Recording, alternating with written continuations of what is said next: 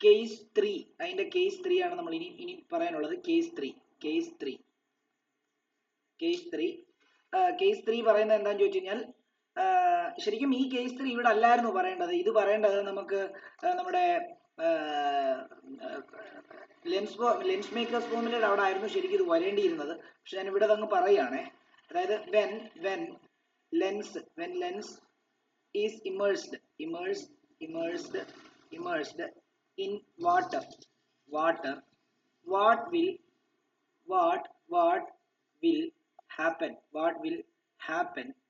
happen to its focal length, നിങ്ങൾ മനസ്സിലാക്കേണ്ട ഒരു കാര്യം, നമ്മൾ ഒരു ലെൻസ് എടുത്തു വെച്ചിട്ട് ആ ലെൻസിന്റെ ഫോക്കൽ ലെങ്ത് നമ്മൾ എയറി വെച്ചിട്ടല്ലേ കണ്ടുപിടിക്കുന്നത്. ശരിക്കും എയറി വെച്ചിട്ട് കണ്ടുപിടിക്കുന്ന ഫോക്കൽ ലെങ്ത് അതിന്റെ റിയൽ ഫോക്കൽ ലെങ്ത് അല്ല. നമ്മൾ വാക്കത്തിൽ വെച്ചിട്ട് കണ്ടുപിടിക്കുന്ന ഫോക്കൽ ലെങ്ത് ആണ് ശരിക്കും പറഞ്ഞു കഴിഞ്ഞാൽ റിയൽ ആയിട്ടുള്ള ഫോക്കൽ ലെങ്ത് എന്നുള്ള കാര്യം മനസ്സിലാക്കുക. ഓക്കെ, എയറിൽ വെച്ചിട്ടുള്ളതും ഇപ്പൊ നമ്മൾ ഇപ്പൊ ഉദാഹരണം പറയുകയാണെങ്കിൽ, നമ്മൾ വാക്കത്തിൽ വെച്ച് നോക്കുമ്പോൾ നമുക്ക് ഇപ്പൊ ഒരു ഫോക്കൽ ലെങ്ത് ഒരു 10 കാണിക്കുന്നതെന്ന് വെച്ചോ. അപ്പൊ അതിന്റെ റേഡിയസ് ഓഫ് കർവേച്ചർ എന്ന് പറയുമ്പോൾ 20 ആയിരിക്കും. പക്ഷെ അതായിരിക്കത്തില്ല എയറിൽ വെക്കുമ്പോൾ. എയറിൽ വെക്കുന്ന സമയത്ത് എയറിൽ ഒത്തിരി എന്തുണ്ട്, കുറെ പാർട്ടിക്കിൾസും അങ്ങനെയുള്ള കുറെ സംഭവങ്ങളൊക്കെ ഉള്ളതുകൊണ്ട് ഉറപ്പായിട്ടും ആ ലെൻസിന്റെ ഫോക്കൽ ലെങ്ത് അതിനനുസരിച്ച് മാറുന്നുണ്ടാവും. അതേപോലെ തന്നെ വാട്ടറിൽ വെക്കുമ്പോഴും ഈ ഫോക്കൽ ലെങ്തിന് വ്യത്യാസം വരുന്നുണ്ടാവും. അപ്പം അതാണ് നമ്മൾ ഇവിടെ പഠിക്കാനായിട്ട് പോകുന്നത്. അപ്പൊ നമ്മൾ എന്ത് ചെയ്യാൻ പോവാ, നമ്മൾ ലെൻസിനെ കൊണ്ട് വാട്ടറിൽ വെക്കാൻ പോവാ. ഞാനിപ്പം ഇങ്ങനെ ഒരു ബോക്സ് വരച്ചിട്ട്, പരീക്ഷയ്ക്ക് വരയ്ക്കുമ്പോൾ നിങ്ങൾ ഈ ബോക്സ് ഒന്നും വരയ്ക്കണ്ട, ജസ്റ്റ് ഞാനിത് വാട്ടറാണ് കാണിക്കാൻ വേണ്ടി വരച്ചെന്നേ ഉള്ളൂ. നിങ്ങൾ ജസ്റ്റ് ലെൻസ് മാത്രം വരച്ചാൽ മതി. ഓക്കെ, അപ്പൊ നമ്മൾ ഇതിപ്പം വാട്ടർ ആണെന്നുള്ള കാര്യം നമുക്കറിയാം. ഇത് വാട്ടർ ആണ്. ഓക്കെ, നിങ്ങൾ വരയ്ക്കുമ്പോൾ ഇതുപോലെ തന്നെ വരച്ചോ. ഇത് വാട്ടർ ആണ്. ഇതിനകത്ത് ഞാൻ ലെൻസ് കൺസിഡർ ചെയ്യാൻ പോവാം. ഓക്കെ, ഇതിനകത്ത് ഞാൻ ലെൻസ് കൺസിഡർ ചെയ്യാൻ പോവാം. അപ്പം ഈ ലെൻസ് ഇത് ഗ്ലാസ് ആണ് ഇല്ലേ, ഇത് ഗ്ലാസ് ആണ്. ഇവിടത്തെ ഈ വാട്ടറിന്റെ റിഫ്രാക്റ്റീവ് ഇൻഡെക്സ് N1 ആയിട്ട് എടുത്തു കഴിഞ്ഞാൽ ഈ ഗ്ലാസിന്റെ റിഫ്രാക്റ്റീവ് ഇൻഡെക്സ് N2 ആയിട്ട് എടുക്കാം. ഓക്കെ, അങ്ങനെയാണെങ്കിൽ നമ്മൾ ജനറലി നമ്മൾ മനസ്സിലാക്കേണ്ട ഒരു കാര്യം, ഈ ഫോക്കൽ ലെങ്ത് എന്തായിട്ട് മാറും എന്നുള്ളതാണ് നമുക്ക് മനസ്സിലാക്കേണ്ടത് അല്ലേ. അപ്പം എന്തായാലും വാക്കത്തിൽ വെക്കുമ്പോഴുള്ളതാണ് അതിന്റെ റിയൽ ഫോക്കൽ ലെങ്ത് ഉള്ള കാര്യം മനസ്സിലാക്കണം. വാട്ടറിൽ വെക്കുമ്പോഴും എയറിൽ വെക്കുമ്പോഴും ഒക്കെ ചെറിയ ചെറിയ വേരിയേഷൻസ് ഉണ്ടാവും. ആ വേരിയേഷൻസ് എത്രയാണ് വരുന്നത് എന്നുള്ളതാണ് നമ്മൾ പഠിക്കാൻ പോകുന്നത്. അപ്പോൾ ഓൾറെഡി നമുക്ക് റിഫ്രാക്റ്റീവ് ഇൻഡെക്സ് ഓഫ് വാട്ടർ അതാണ് N1 ആയിട്ട് എടുത്തിരിക്കുന്നത്. അത് NW കാണിക്കാൻ വേണ്ടി ഇങ്ങനെ എടുക്കാം. അത് എത്രയായിരിക്കും? അത് എപ്പോഴും 1.33. അതിനെ ഫ്രാക്ഷൻ വൈസ് എഴുതുമ്പോൾ 4/3 എന്നാണ്.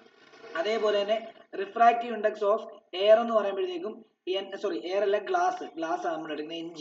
അതിനെ നമുക്ക് 1.5 എന്ന് എടുക്കാം. 1.5നെ ഫ്രാക്ഷൻ ആയിട്ട് എഴുതുമ്പോൾ 3/2.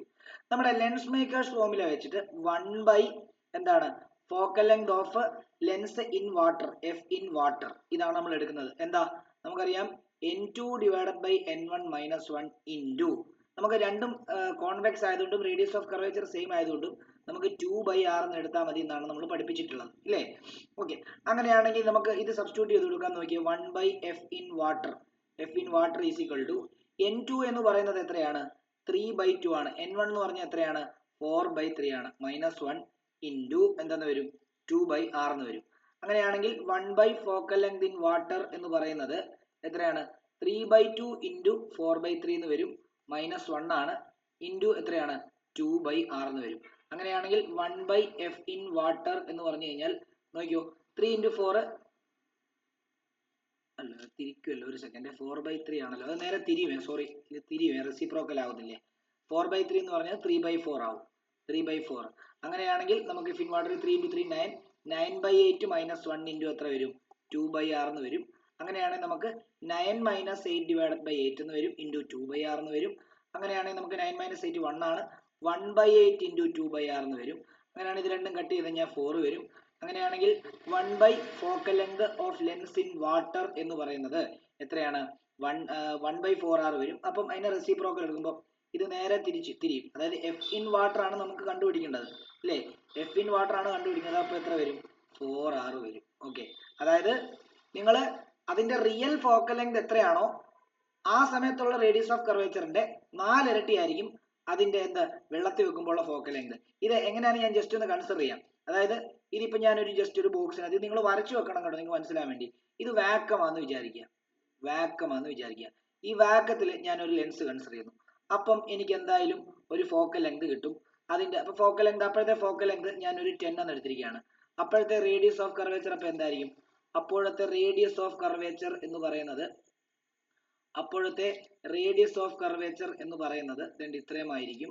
അതായത് ഫോക്കൽ ലെങ്ത് 10 ആണെങ്കിൽ റേഡിയസ് ഓഫ് കർവേച്ചർ എത്രയായിരിക്കും? ഉറപ്പായിട്ടും എത്രയായിരിക്കും? 20 ആയിരിക്കും. ആണല്ലോ. അങ്ങനെയാണെങ്കിൽ നമ്മുടെ വാട്ടറിൽ കൊണ്ടുവെക്കുമ്പോൾ എന്ത് സംഭവിക്കും അറിയാമോ? ഇതിപ്പോ നമ്മൾ ഈ ലെൻസ് വാട്ടറിൽ കൊണ്ടുവച്ചിരിക്കുക. അപ്പൊ വാട്ടറിലുള്ള ഇതിന്റെ ഫോക്കൽ ലെങ്ത് എന്താവുമെന്നാണ് പറഞ്ഞിട്ടുള്ളത്? ആ വാക്കത്തിലുള്ള റേഡിയസ് ഓഫ് കർവേച്ചറിന്റെ 4 ടൈംസ് ആണ്. അപ്പൊ ഇതിന്റെ ഫോക്കൽ ലെങ്ത് എന്ന് പറയുന്നത് എഫ് ഡാഷ് എന്നെടുക്കാം. അത് എത്ര ആയിരിക്കും അറിയാമോ? ആദ്യത്തെ വാക്കത്തിലുള്ളതിന്റെ 4 ഇരട്ടി, അതായത് 4 × 4 ആണ്. അതായത് 4 × 20 എന്ന് വരും. 4 × 20 എന്ന് പറയുമ്പോഴത്തേക്കും 80 സെന്റിമീറ്റർ. ഇത് നിങ്ങൾക്ക് മനസ്സിലാക്കാൻ വേണ്ടി ഞാൻ തന്നാണ് കേട്ടോ. നിങ്ങൾ റഫായിട്ട് സൈഡിൽ വരച്ചിട്ടാൽ മതി. ഡൗട്ട് ഉണ്ടെങ്കിൽ ചോദിക്കുക. എന്തെങ്കിലും ഡൗട്ട് ഉണ്ടെങ്കിൽ ചോദിക്കുക. ഇത് മനസ്സിലാക്കി പോണം, അല്ലെങ്കിൽ ബുദ്ധിമുട്ടാ. Yeah, I can follow up definition. Is it okay? Correct ആണോ? ഇവിടെ മുതലാണോ? അതായത് നോർമലി ഒരു ലെൻസിന്റെ റിയൽ ഫോക്കൽ ലെങ്ത് എന്ന് പറയുന്നത് അതിനെ ഓരോ മീഡിയത്തിൽ കൊണ്ടുവെക്കുമ്പോഴും അതിന്റെ ഫോക്കൽ ലെങ്തിന് വ്യത്യാസം ഉണ്ടാവും. അപ്പൊ നിങ്ങൾ എന്നോട് ചോദിക്കും, അപ്പൊ എയറിൽ വെക്കുമ്പോഴും വ്യത്യാസമുണ്ടോ? എയറിൽ വെക്കുന്നതല്ലേ അതിന്റെ റിയൽ ഫോക്കൽ ലെങ്ത് എന്ന് ചോദിച്ചു കഴിഞ്ഞാൽ അല്ല. എയറിൽ വെക്കുമ്പോഴും അതിന്റെ റിയൽ ഫോക്കൽ ലെങ്തിൽ നിന്ന് ചെറിയ വേരിയേഷൻ ഉണ്ടാവും. അപ്പൊ അതാണ് നമ്മളിപ്പോ ഈ ഒരു പാർട്ടിൽ നമ്മൾ കണ്ടുപിടിക്കുന്നത്. പരീക്ഷയ്ക്ക് ചോദിക്കാറുണ്ട്. അതുകൊണ്ട് നിങ്ങൾ മസ്റ്റ് ആയിട്ടും ആപ്ലിക്കേഷൻ ലെവൽ പോയിന്റ് ഓഫ് വ്യൂല് ഇത് നിങ്ങൾ പഠിച്ചിരിക്കണം. പെട്ടെന്ന് എഴുതണേ.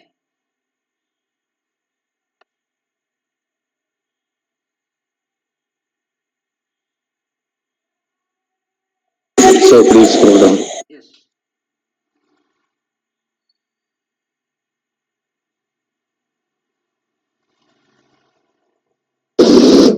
Yes, sir, done. Okay.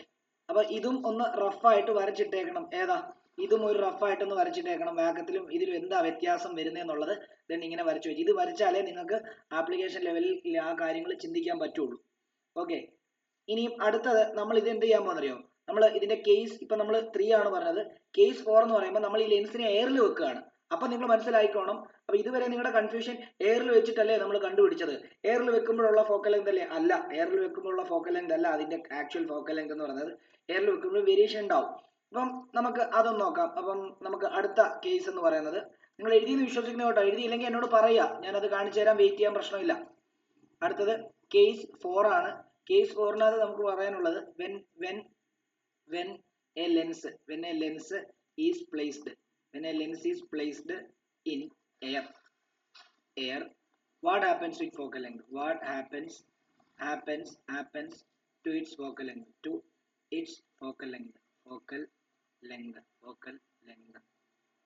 അങ്ങനെയാണെങ്കിൽ നമുക്കറിയാം എന്താണ്, നമ്മൾ ഇതിനെ എയറിൽ കൊണ്ടുവെക്കുകയാണ്. ഇപ്പം നമ്മൾ ജസ്റ്റ് ഇതൊരു കണ്ടെയ്നർ പോലെ കൺസിഡർ ചെയ്യാണ്. ഇത് എയർ ആണ്. എയറിനകത്ത് കൊണ്ട് നമ്മൾ എന്ത് ചെയ്യാൻ പോവാ? നമ്മളൊരു ലെൻസിനെ വെച്ച് കൺസിഡർ ചെയ്യാൻ പോവാം. ഓക്കെ. ഇത് ഗ്ലാസ് ആണ്. എയറിൻ്റെത് N1 ആയിട്ട് എടുത്തു. ഇത് N2 ആയിട്ട് എടുക്കുവാണെങ്കിൽ നമുക്ക് 1 focal length in air is equal to എന്താ? N2 / N1 - 1 × 2/r എന്ന് തന്നെ എടുക്കാം. അങ്ങനെയാണെങ്കിൽ ഇവിടെ എയറിന്റെ ഫോക്കൽ ലെങ്ത്, അതായത് N1 എയറിന്റെ ഫോക്കൽ ലെങ്ത്, N എയർ ആണ്, അതെന്തായിരിക്കും? എപ്പോഴും 1 ആയിരിക്കും. അതേപോലെ N ഗ്ലാസ് എന്ന് പറഞ്ഞാൽ അതാണ് 2. Ng എന്ന് പറയുന്നത് 3/2 ആയിട്ടായിരിക്കും എടുക്കുന്നത്. അങ്ങനെയാണെങ്കിൽ 1/f എയർ എന്ന് പറയുന്നത് എന്താ? N2 / N1 എന്ന് പറയുമ്പോഴത്തേക്കും N2 എന്ന് പറയുമ്പോഴത്തേക്കും 3/2 / 1 - 1 ഇൻറ്റു എത്ര വരും? 2/r വരും. അങ്ങനെയാണെങ്കിൽ 1/f in air എന്ന് പറയുന്നത് 3/2 - 1 ഇൻറ്റു എത്രയാ? 2/r.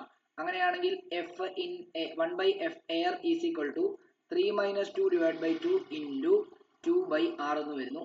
അങ്ങനെയാണെങ്കിൽ 1/f in air is equal to 1/2 into എന്താണ്? 2/r എന്ന് വരുന്നു. 2 കട്ട് ചെയ്ത് കളയുന്നു. അങ്ങനെയാണെങ്കിൽ എഫ് എയർ എന്ന് പറയുമ്പോൾ ഇത് 1/f എന്ന് പറയുമ്പോൾ 1/r വരും. അപ്പൊ എഫ് എയർ എന്ന് പറയുമ്പോഴത്തേക്കും നമുക്ക് എന്ത് വരും? R എന്ന് വരും. അതിനർത്ഥം എന്താണെന്ന് അറിയാമോ? നിങ്ങൾ ഒരു ലെൻസിനെ നിങ്ങൾ വാക്കത്തിൽ കൊണ്ടുവച്ചപ്പോൾ, അതായത് വാക്കത്തിൽ കൊണ്ടുവച്ചപ്പോൾ നിങ്ങൾക്ക് ഒരു particular focal length F is equal to 10 കിട്ടി. അങ്ങനെയാണെങ്കിൽ അതിന്റെ റേഡിയസ് ഓഫ് കർവേച്ചർ എത്രയായിരിക്കും? 20 ആയിരിക്കും. ഓക്കെ ആണല്ലോ? ഓക്കെ. അങ്ങനെയാണെങ്കിൽ അതിനെ നിങ്ങൾ എയറിൽ വെച്ചിട്ടാണ് എക്സ്പെരിമെന്റ് ചെയ്യുന്നതെങ്കിൽ അതിന്റെ ഫോക്കൽ ലെങ്ത്, പുതിയ ഫോക്കൽ ലെങ്ത് എഫ് ഡാഷ് എന്ന് പറഞ്ഞാൽ എത്ര ആയിരിക്കും അറിയാമോ? ആദ്യം ഉള്ളതിന്റെ ആദ്യം അതായത് വാക്കത്തിൽ വെക്കുമ്പോൾ ഉള്ളതിന്റെ റേഡിയസ് ഓഫ് കർവേച്ചർ ആയിരിക്കും ഇതിന്റെ ഫോക്കൽ ലെങ്ത് ആയിട്ട് വരിക. F dash is equal to 6, അതായത് അത് 20 ആയിരിക്കും. മനസ്സിലായോ? അതാണ് ഐഡിയ. നിങ്ങൾ മനസ്സിലാക്കിക്കോണം, അല്ലെങ്കിൽ ബുദ്ധിമുട്ടായിരിക്കും. ഓക്കെ. ഈ ഐഡിയ ക്ലിയർ ആയിട്ട് കിട്ടുവാണെങ്കിൽ മാത്രം നിങ്ങൾക്ക് ആപ്ലിക്കേഷൻ ചെയ്യാൻ പറ്റുള്ളൂ. എഴുതിയെടുക്കാനുണ്ടെങ്കിൽ എഴുതിയെടുത്തോ പെട്ടെന്നായിട്ട്.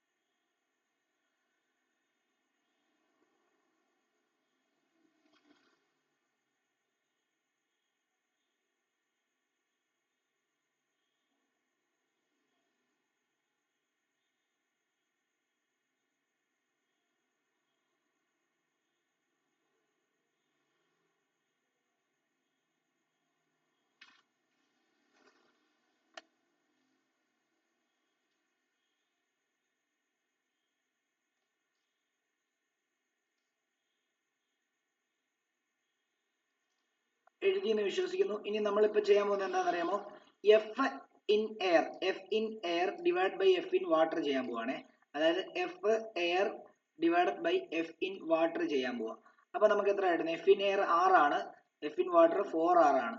അങ്ങനെയാണെങ്കിൽ 6 ക്യാൻസൽ ചെയ്തിട്ട് ഇതിനെ ഇങ്ങോട്ടും ക്രോസ് മൾട്ടിപ്ലൈ ചെയ്ത് കഴിഞ്ഞാൽ 4 into F air is equal to എന്താണ്? എഫ് ഇൻ വാട്ടർ എന്ന് വരും. ഓക്കെ ആണല്ലോ? അതും കൂടെ ഒന്ന് എന്താണ് ബോക്സിലാക്കി വെച്ച്.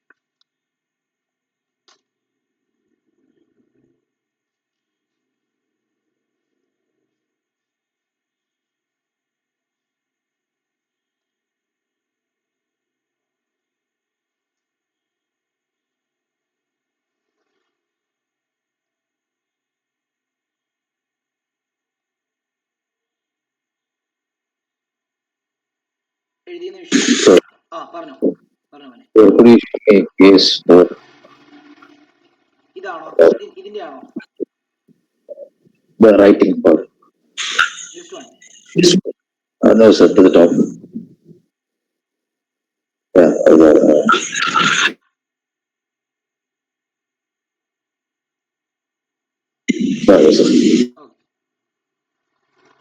ഓക്കെ. ഇനി നമ്മൾ കേസ് 5 ആണ് പറയാൻ പോകുന്നത്. ഇത് ശരിക്കും പറഞ്ഞാൽ ആക്ച്വലി എന്താ, നമ്മുടെ ആ കോമ്പിനേഷൻ ഓഫ് ലെൻസിന്റെ തന്നെ കേസാണ്. അപ്പം അത് കേസ് 5 എന്ന് എഴുതിക്കോ. കേസ് 5 എന്ന് എഴുതിക്കോളൂ. കേസ് 5 എന്ന് എഴുതിക്കോളൂ. കേസ് 5. കേസ് 5നകത്ത് നമ്മൾ രണ്ട് ലെൻസ് കോണ്ടാക്ട് വെച്ചിരിക്കുന്നത് രണ്ടും എന്താണ്? കോൺവെക്സ് ആണെങ്കിൽ ആ റിസൾട്ടിങ് ആയിട്ടുള്ള നമുക്കിപ്പം രണ്ട് ലെൻസ് ചേർത്ത് വെക്കുവാണെങ്കിൽ ആ രണ്ട് ലെൻസ് ചേർത്ത് വെക്കുമ്പോൾ ഒരു കമ്പൈൻഡ് എഫക്റ്റ് ആയിരിക്കുമല്ലോ കിട്ടുന്നത്. അപ്പൊ ആ കമ്പൈൻഡ് ലെൻസിന്റെ ഫോക്കൽ ലെങ്ത് എന്ത് വരും, അല്ലെങ്കിൽ ആ കമ്പൈൻഡ് ലെൻസ് എന്തായിട്ട് ബിഹേവ് ചെയ്യും? നമ്മൾ പറഞ്ഞിട്ടുണ്ടായിരുന്നു, ഇപ്പൊ കോൺവെക്സ് ലെൻസിനെ ഒരു പെർട്ടിക്കുലർ മീഡിയ കൊണ്ട് വെക്കുമ്പോൾ ചില സമയത്ത് കോൺകേവ് ആയിട്ട് തന്നെ ബിഹേവ് ചെയ്യും, ചില സമയത്ത് കോൺവെക്സ് ആയിട്ട് തന്നെ ബിഹേവ് ചെയ്യും എന്ന് പറഞ്ഞ പല കേസുകൾ നമ്മൾ എന്ത് ചെയ്തിട്ടുണ്ട്? നമ്മൾ അവിടെ പറഞ്ഞിട്ടുണ്ടായിരുന്നു അല്ലേ? അപ്പൊ അങ്ങനെയാണെങ്കിൽ എന്താ നമ്മള് ഇനി നമ്മളിപ്പോ എന്താ ചെയ്യാൻ പോകുന്നതെന്ന് ചോദിച്ചാൽ, നമ്മൾ രണ്ട് ലെൻസും കോൺവെക്സ് ഉപയോഗിക്കുവാണ്. ആ കോൺവെക്സ് ഉപയോഗിക്കുന്ന സമയത്ത് അതിന്റെ കമ്പൈൻഡ് എഫക്റ്റ് എന്തായിരിക്കും എന്നുള്ളതാണ് നമ്മൾ പറയാനായിട്ട് പോകുന്നത്. അപ്പൊ ഞാൻ എന്ത് ചെയ്യുന്നു? ഞാൻ രണ്ട് ലെൻസ് എന്ത് ചെയ്ത് വെക്കുന്നു? കോണ്ടാക്റ്റിൽ വെക്കുന്നു. രണ്ട് ലെൻസ് കോണ്ടാക്റ്റിൽ വെക്കുന്നു. ഇതിന്റെ ഒരെണ്ണത്തിന്റെ ഫോക്കൽ ലെങ്ത് f1 ആയിട്ട് എടുക്കുന്നു, ഒരെണ്ണത്തിന്റെ ഫോക്കൽ ലെങ്ത് f2 ആയിട്ട് എടുക്കുന്നു. നമുക്കറിയാവുന്നൊരു കാര്യം, രണ്ടും കോൺവെക്സ് ആയതുകൊണ്ട് തന്നെ അതിന്റെ ഫോക്കൽ ലെങ്ത് പോസിറ്റീവ് ആയിരിക്കും. f1ഉം f2ഉം പോസിറ്റീവ് ആയിരിക്കും. അങ്ങനെയാണെങ്കിൽ നമുക്ക് 1 അതായത് ഇതിന്റെ കമ്പൈൻഡ് ഫോക്കൽ ലെങ്ത് കണ്ടുപിടിക്കണമെങ്കിൽ നമ്മൾ എന്താ ചെയ്തത്? ലെൻസ് ഇൻ കോണ്ടാക്റ്റിന്റെ 1 focal length of lens in contact ഇല്ലേ? കമ്പൈൻഡ് വേണമെങ്കിൽ ഇങ്ങനെ എഴുതണ്ട, 1/f. എഫ് ആരുടെയാ? കമ്പൈൻഡ് ലെൻസിന്റെ ആണ്. കമ്പൈൻഡ് ലെൻസിന്റെ ആണ്. അത് കണ്ടുപിടിക്കാൻ നമ്മൾ ഇക്വേഷൻ എന്തായിരുന്നു? 1/f1 പ്ലസ് 1/f2 എന്നായിരുന്നു അല്ലയോ? അങ്ങനെയാണെങ്കിൽ ഇവിടെ നോക്കിയേ, എന്തായാലും ഇതും പോസിറ്റീവ് ആണ്, ഇതും പോസിറ്റീവ് ആണ് ആണല്ലോ. അങ്ങനെയാണെങ്കിൽ നമുക്ക് എന്തായാലും ഈ കമ്പൈൻഡ് ലെൻസിന്റെ ഫോക്കൽ ലെങ്തും പോസിറ്റീവ് വാല്യൂ തന്നെ ആയിരിക്കും കിട്ടുന്നത് ആണോ? അങ്ങനെയാണെങ്കിൽ നമുക്ക് ആ കമ്പൈൻഡ് ലെൻസും എന്തായിട്ട് തന്നെ ബിഹേവ് ചെയ്യും? കോൺവെക്സ് ലെൻസ് ആയിട്ട് ബിഹേവ് ചെയ്യും. അപ്പം ഇങ്ങനെ നമുക്ക് മനസ്സിലാക്കാം, ആസ് എന്താണ് f1 and f2 is positive, a focal length of combined lens, f of combined lens is also positive. combined lens is എന്താ also എന്തായിരിക്കും? Positive. so it behave as എന്താ? so it behave as എന്താണ്? as convex itself. convex itself. അതായത് ആ combined lens convex ആയിട്ട് behave ചെയ്യും. രണ്ട് ലെൻസും കൂടെ ചേർന്നിട്ടുള്ള അവസ്ഥ എന്താണ്? കോൺവെക്സ് ആയിട്ട് തന്നെ ബിഹേവ് ചെയ്യുന്നുള്ള കാര്യം ഓർക്കുക.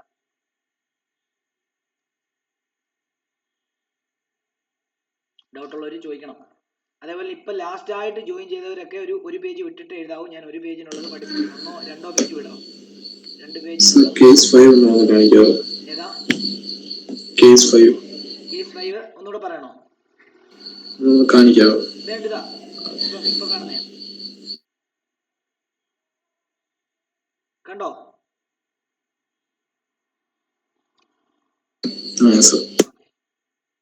അതായത് ഒന്നുമില്ല, രണ്ട് കോൺവെക്സ് ലെൻസിനെ അടുപ്പിച്ച് വെച്ച് കഴിഞ്ഞാൽ ആ റിസൾട്ടിങ് ആയിട്ടുള്ള ഒരു ലെൻസ് ഉണ്ടല്ലോ, ആ രണ്ട് ലെൻസും കൂടെ ചേർന്നിട്ട് ഒരൊറ്റ ലെൻസ് ആയിട്ട് ബിഹേവ് ചെയ്യും. ആ ലെൻസിന് എന്ത് സ്വഭാവമാണ്? കോൺവെക്സ് ആണോ കോൺകേവ് ആണോ എന്നാണ് നമ്മൾ ചോദിച്ചിരിക്കുന്നത്. രണ്ടും പോസിറ്റീവ് ആയതുകൊണ്ട് തന്നെ 1/f1/1/f2 ചെയ്യുമ്പോഴും നിങ്ങൾക്ക് ഒരു പോസിറ്റീവ് വാല്യൂ തന്നെ ആയിരിക്കും കിട്ടുന്നത്. അപ്പം കമ്പൈൻഡ് ലെൻസിന്റെ ഫോക്കൽ ലെങ്ത് പോസിറ്റീവ് ആയിരിക്കും എന്നർത്ഥം. അപ്പൊ അത് കോൺവെക്സ് ആയിട്ട് തന്നെ ആയിരിക്കും ബിഹേവ് ചെയ്യുന്നത്.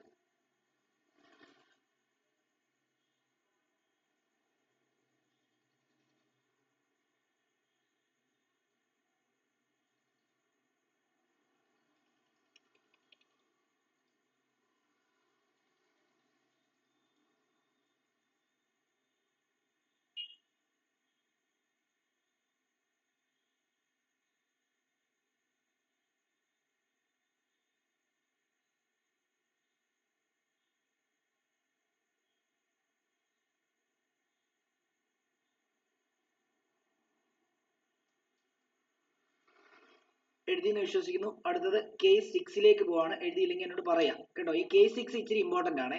കേസ് 6 നമ്മൾ ഒരു കോൺവെക്സിനെയും അതേപോലെ തന്നെ ഒരു കോൺകേവിനെയും കൂടാണ് ഞാൻ എന്ത് ചെയ്യുന്നത്? ഞാൻ യോജിപ്പിക്കാൻ പോകുന്നത്. അപ്പോൾ ഉണ്ടാകുന്ന കമ്പൈൻഡ് എഫക്ട് എന്തായിരിക്കും എന്നുള്ളത് കണ്ടുപിടിക്കണം. ഇതിന്റെ ഫോക്കൽ ലെങ്ത് f1, ഇതിന്റെ ഫോക്കൽ ലെങ്ത് f2 ആണല്ലോ. അങ്ങനെയാണെങ്കിൽ ഇവിടെ ഒരെണ്ണം കോൺവെക്സ് ആണ്. അപ്പം f1ന്റെ വാല്യൂ എന്തായിരിക്കും? f1 പോസിറ്റീവ് ആയിരിക്കും. എന്നാൽ f2 എന്ന് പറയുന്നത് കോൺകേവ് ആയതുകൊണ്ട് അത് നെഗറ്റീവ് വാല്യൂ ആയിരിക്കും അതിന്റെ ഫോക്കൽ ലെങ്ത്. ഓക്കെ, അങ്ങനെയാണെങ്കിൽ നമുക്ക് എന്ത് ചെയ്യാം? നമ്മുടെ 1/f അതായത് കമ്പൈൻഡ് ലെൻസിന്റെ ആണ്. കമ്പൈൻഡ് ലെൻസിന്റെ ഫോക്കൽ ലെങ്ത് കണ്ടുപിടിക്കാൻ വേണ്ടി നമ്മൾ എന്താ ചെയ്യുന്നുണ്ടാവുക? 1/f1 പ്ലസ് 1/f2 ആണ്. ഇതിനെ നമുക്ക് ഇത് ചെയ്യുമ്പോഴത്തേക്കും 1/f combined lens is equal to നമുക്ക് എന്തെന്ന് എഴുതാം? f2 LCM എടുക്കാം. f2 plus f1 divided by f1 f2 എന്ന് എടുക്കാം.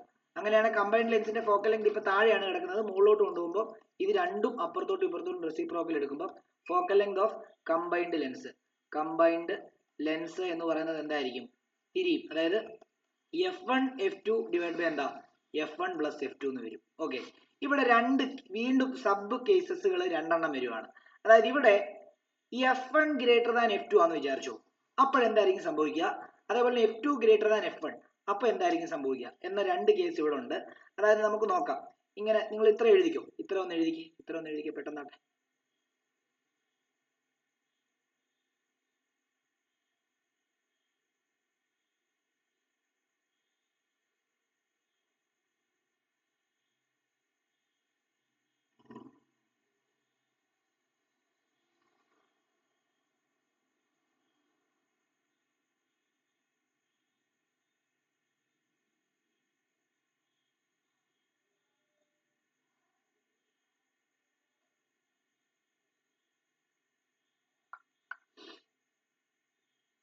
ഓക്കെ, ഇനി ഇവിടെ ഞാൻ എടുക്കുകയാണ്, നോക്കിക്കോളൂ. ഞാൻ ഇവിടെ എടുക്കാൻ പോവാണ്.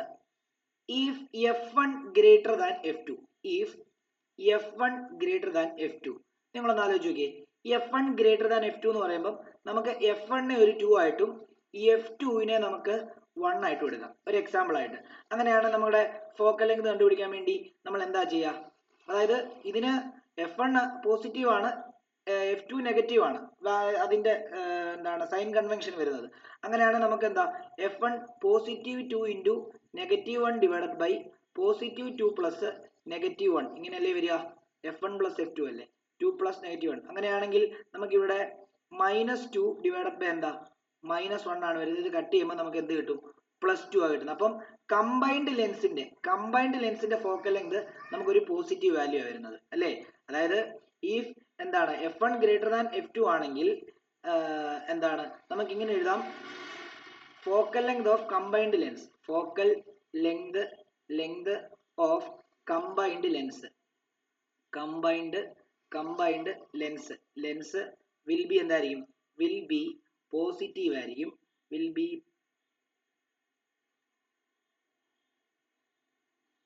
ഒരു സെക്കൻഡ്, ഇവിടെ പോസിറ്റീവ് അല്ലല്ലോ, ഇവിടെ നെഗറ്റീവ് അല്ലേ കുഞ്ഞുങ്ങളെ? ഒരു സെക്കൻഡ് 2 - 1 1 ആണ് വരുന്നത്, ഇവിടെ നെഗറ്റീവ് തന്നെയാണ്, നെഗറ്റീവ്. ഒരു സെക്കൻഡ്.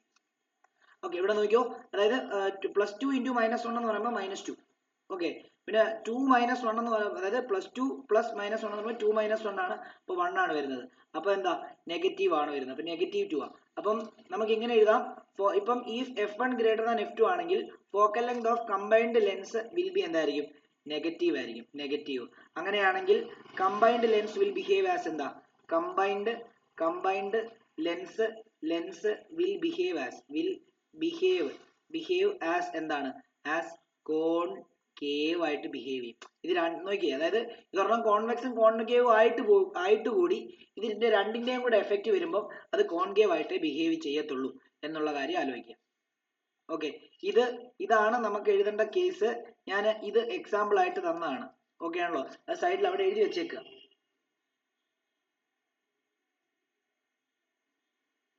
ഇനിയും ഇതേപോലെ തന്നെ നമ്മൾ എന്ത് ചെയ്യുക? നമ്മൾ F2 ഗ്രേറ്റർ ദാൻ F1 ആണെങ്കിലോ, അതായത് നമ്മളിപ്പോൾ എടുത്തിരിക്കുന്ന കോൺവെക്സും കോൺകേവും, നമ്മളിപ്പോൾ കോൺവെക്സിന്റെ ഫോക്കൽ ലെങ്ത് കോൺകേവിനെക്കാട്ടിലും കൂടുതലായിട്ടെന്നാണ് എടുത്തിരിക്കുന്നത്. അന്നേരം തിരിച്ചു വരുവാണെങ്കിലോ, കോൺകേവിന്റെ കൂടുതലും കോൺവെക്സിന്റെ കുറവുമാണെങ്കിലോ എന്തായിരിക്കും സംഭവിക്കുക എന്നുള്ളതാണ് അടുത്ത കേസ് പറയാൻ പോകുന്നത്. അത് ഈ F2 ഗ്രേറ്റർ ദാൻ F1 ആണ്. അപ്പം നമുക്കറിയാം F1 എന്ന് പറയുമ്പോൾ കോൺവെക്സ് ലെൻസ് ആണ്, അത് എപ്പോഴും എന്താണ്? പോസിറ്റീവ് ആണ്. അപ്പൊ F1നെ നമുക്ക് ഇപ്പൊ F2 ഗ്രേറ്റർ ആയിരിക്കണം അല്ലെ? F2 ഗ്രേറ്റർ ആയിരിക്കണം. ഓക്കെ, F2 ഗ്രേറ്റർ ആയിരിക്കണം. അപ്പൊ ഞാനിവിടെ F2നെ ഞാൻ എന്തായിട്ട് എടുക്കുക? 2 ആയിട്ട് എടുക്കുക. F1നെ ഞാൻ 1 ആയിട്ട് എടുക്കുക. സൈൻ കൊടുക്കുമ്പോൾ നമുക്കറിയാം F1 എപ്പോഴും പോസിറ്റീവ് ആയിരിക്കും, എന്താണ് F2 എപ്പോഴും എന്തായിരിക്കും? നെഗറ്റീവ് ആയിരിക്കും, ഇല്ലയോ? അങ്ങനെയാണ് നമ്മുടെ ഇക്വേഷനകത്തൊന്ന് കൊടുത്താലോ, അതായത് കമ്പൈൻഡ് ലെൻസിന്റെ കേസ് വരുമ്പോഴത്തേക്കും എന്താ വരുന്നത്? F1 F2 ഡിവൈഡ് ബൈ എന്താ? F1 പ്ലസ് F2 ആ വരുന്നത്, ആണല്ലോ? അപ്പൊ നമുക്ക് കൊടുക്കാം, F1 എന്ന് പറയുമ്പോൾ 1 പോസിറ്റീവ് 1 ആണ്, ഇൻറ്റു എന്താണ്? -2 ഡിവൈഡഡ് ബൈ എന്താണ്? ഇവിടെ F1 പ്ലസ് F2 ആ. F1 എന്ന് പറയുമ്പോൾ 1 പ്ലസ് -2 ആ വരുന്നത്. അങ്ങനെയാണെങ്കിൽ ഇവിടെ എന്ത് വരും? മുകളിൽ -2 വരും, താഴെ -1 വരും. ഇത് കട്ട് ചെയ്യുമ്പോഴത്തേക്കും എത്ര വരും? +2 ആ വരുന്നത്, കണ്ടോ? അപ്പം ഇവിടെ നമുക്കൊരു കാര്യം മനസ്സിലായി. ഈ F2 ഗ്രേറ്റർ ദാൻ F1 ആണെങ്കിൽ നമുക്ക് ഇങ്ങനെ എഴുതാം, എന്താണ്? ഇവിടെ എഴുതിയ പോലെ തന്നെ focal length of combined lens will B positive. Hence combined lens will behave as combined lens will behave as convex. ഇതാണ് ഇവിടുത്തെ കേസ്.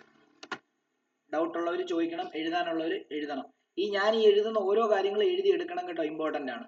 ഓരോ കാര്യങ്ങളും എഴുതി എടുക്കുക.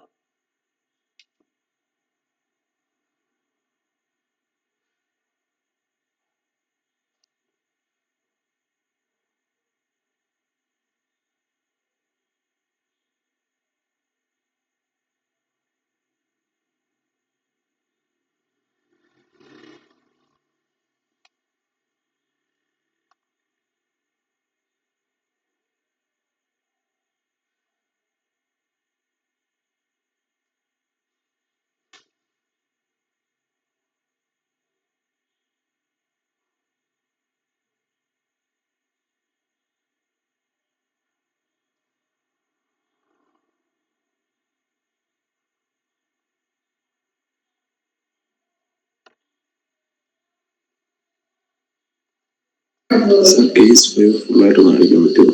എന്ത് പറ്റുമോനെ? നേരത്തെ ആണോ?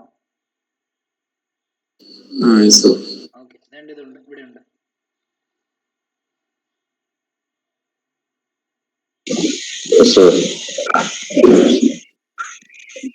Sir, I have. So in case 3, we derive that if water is equal. Screen വലുതാക്കാനോ? No, sir. So for case 3,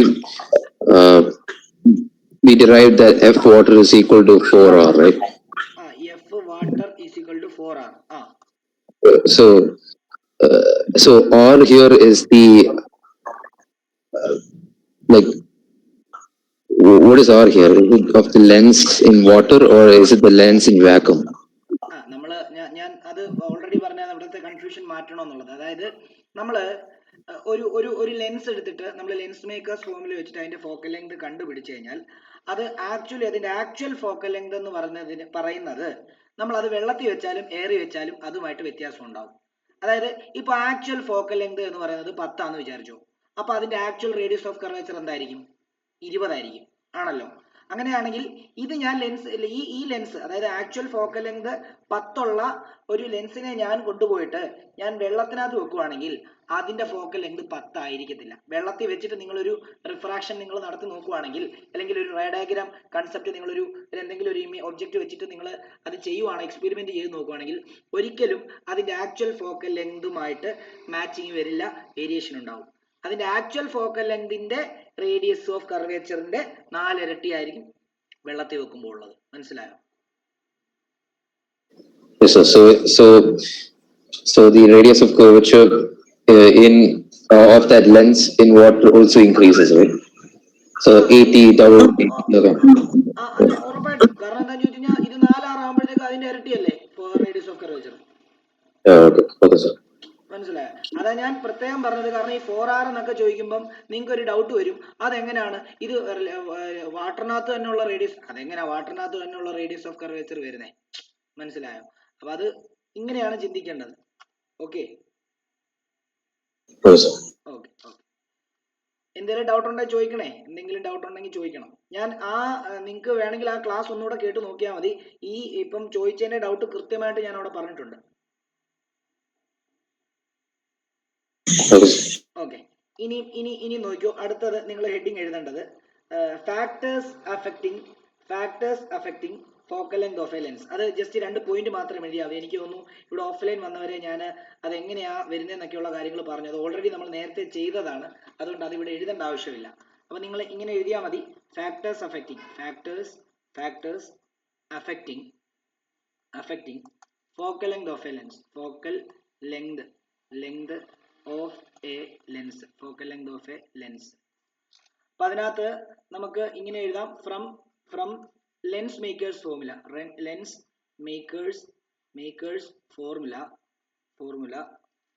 it is clear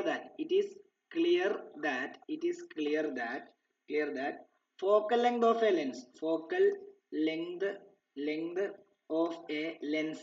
lens depends on two factors. അതിലൊന്ന് റേഡിയസ് ഓഫ് കർവേച്ചറും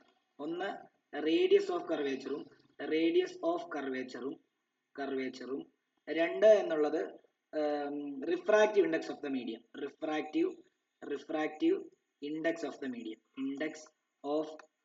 മീഡിയം ആണ് refractive index of the medium. അതെങ്ങനെയാന്നുള്ള കാര്യം നമ്മൾ പഠിച്ചായിരുന്നു, ഓർക്കുന്നുണ്ടോ? അതായത് നമ്മൾ N2 greater than N1 ഉം N1 ഗ്രേറ്റർ ദാൻ N2 എന്നൊക്കെ പറഞ്ഞ കുറെ കാര്യങ്ങൾ നമ്മൾ ലെൻസ് മേക്കേഴ്സ് ഫോമിലേക്ക് അത് പഠിച്ചായിരുന്നു കേസിനകത്ത്. അപ്പൊ അങ്ങനെയാണ്. ഇനി റേഡിയസ് ഓഫ് കർവേച്ചർ മാറുന്നതിനനുസരിച്ച് മാറും. കാരണം നമ്മൾ പറഞ്ഞായിരുന്നു 1/R1 ഉം R2 ഒക്കെ അങ്ങോട്ടും ഇങ്ങോട്ടും മാറുന്നതിനനുസരിച്ച് ഉറപ്പായിട്ടും അതിന്റെ ഫോക്കൽ ലെങ്ത് മാറും. കാരണം ലെൻസ് മേക്കേഴ്സ് ഫോമുല എന്ന് പറയുമ്പോൾ 1/F = N2/N1 - 1 into എന്താ 1/R1 - 1/R2. ഇതാണ് ആക്ച്വൽ ഇക്വേഷൻ. അപ്പൊ ഈ N1 ഉം N2 ഉം അതേപോലെ R1 ഉം R2 ഉം മാറുന്നതിനനുസരിച്ച് ഈ ഫോക്കൽ ലെങ്തിന് വ്യത്യാസം വരും എന്നുള്ളതാണ് ഇവിടെ പറയുന്നത്, അല്ലാതെ വേറെ ഒന്നുമില്ല. അതെങ്ങനെ വ്യത്യാസപ്പെട്ടിരിക്കും എന്നുള്ള കാര്യങ്ങൾ നമ്മൾ കേസ് ഉൾപ്പെടെ നമ്മൾ അവിടെ പറഞ്ഞതാണ്, അതുകൊണ്ട് ഞാൻ ഇവിടെ അത് പറയാൻ ആഗ്രഹിക്കുന്നില്ല. ഓക്കെ ആണല്ലോ? അങ്ങനെയാണെങ്കിൽ ഇനി നമുക്ക് അടുത്ത് എഴുതേണ്ടത് പ്രിസം ആണ്. പ്രിസം, ഹെഡിങ് എഴുതിക്കോളൂ, പ്രിസം. പ്രിസം. ഇതിനകത്ത് ഒരു ഡെറിവേഷൻ ഉണ്ട്, ഇതിനകത്ത് കുറെ കൺസെപ്റ്റ് ഉണ്ട്, അത് നന്നായിട്ട് പഠിക്കണം കേട്ടോ. ഡെറിവേഷൻ ഈ എല്ലാവരും ഇതിനകത്തുനിന്ന് ഡെറിവേഷൻ കാണാതെ പഠിച്ചിട്ട് പോയപ്പോൾ കഴിഞ്ഞ വർഷം അവർ ഇതിനകത്തുനിന്ന് ഒരു ന്യൂമറിക്കലാണ് ചോദിച്ചത്. സിമ്പിൾ ന്യൂമറിക്കൽ ആയിരുന്നു, സിമ്പിൾ സബ്സ്റ്റിറ്റ്യൂഷൻ ആയിരുന്നു. ഞാനിപ്പം ആ ഡെറിവേഷൻ വെച്ചിട്ട് കണ്ടുപിടിക്കാൻ പോകുന്ന ഫൈനൽ ഇക്വേഷനകത്ത് ജസ്റ്റ് സബ്സ്റ്റിറ്റ്യൂട്ട് ചെയ്ത് കൊടുത്തു കഴിഞ്ഞാൽ കിട്ടുന്ന ആൻസർ ആയിരുന്നത്. പക്ഷെ അത് എല്ലാവർക്കും കൺഫ്യൂഷൻ ആയിട്ട് ആരും ചെയ്തില്ല. അപ്പൊ അത് ശ്രദ്ധിക്കണം. ഇതിനകത്തുനിന്ന് ന്യൂമറിക്കലും വരാം, ഡെറിവേഷൻ മാത്രമല്ല. അപ്പൊ എഴുതിക്കോ, a prism is a transparent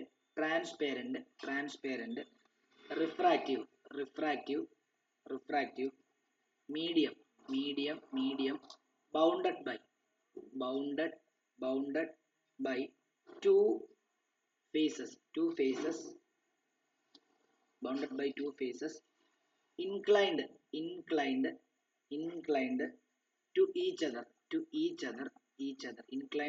other at a certain angle,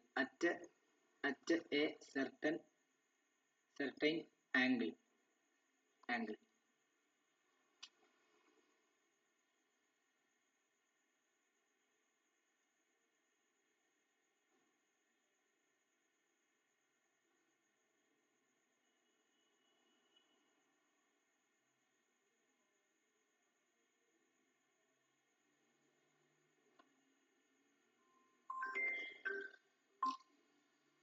ഇനിയും നമ്മൾ എഴുതുന്നത് when a white light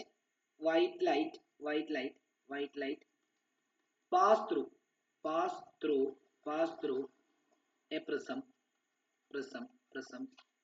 it split into a band of 7 colors known as spectrum, and this phenomenon is called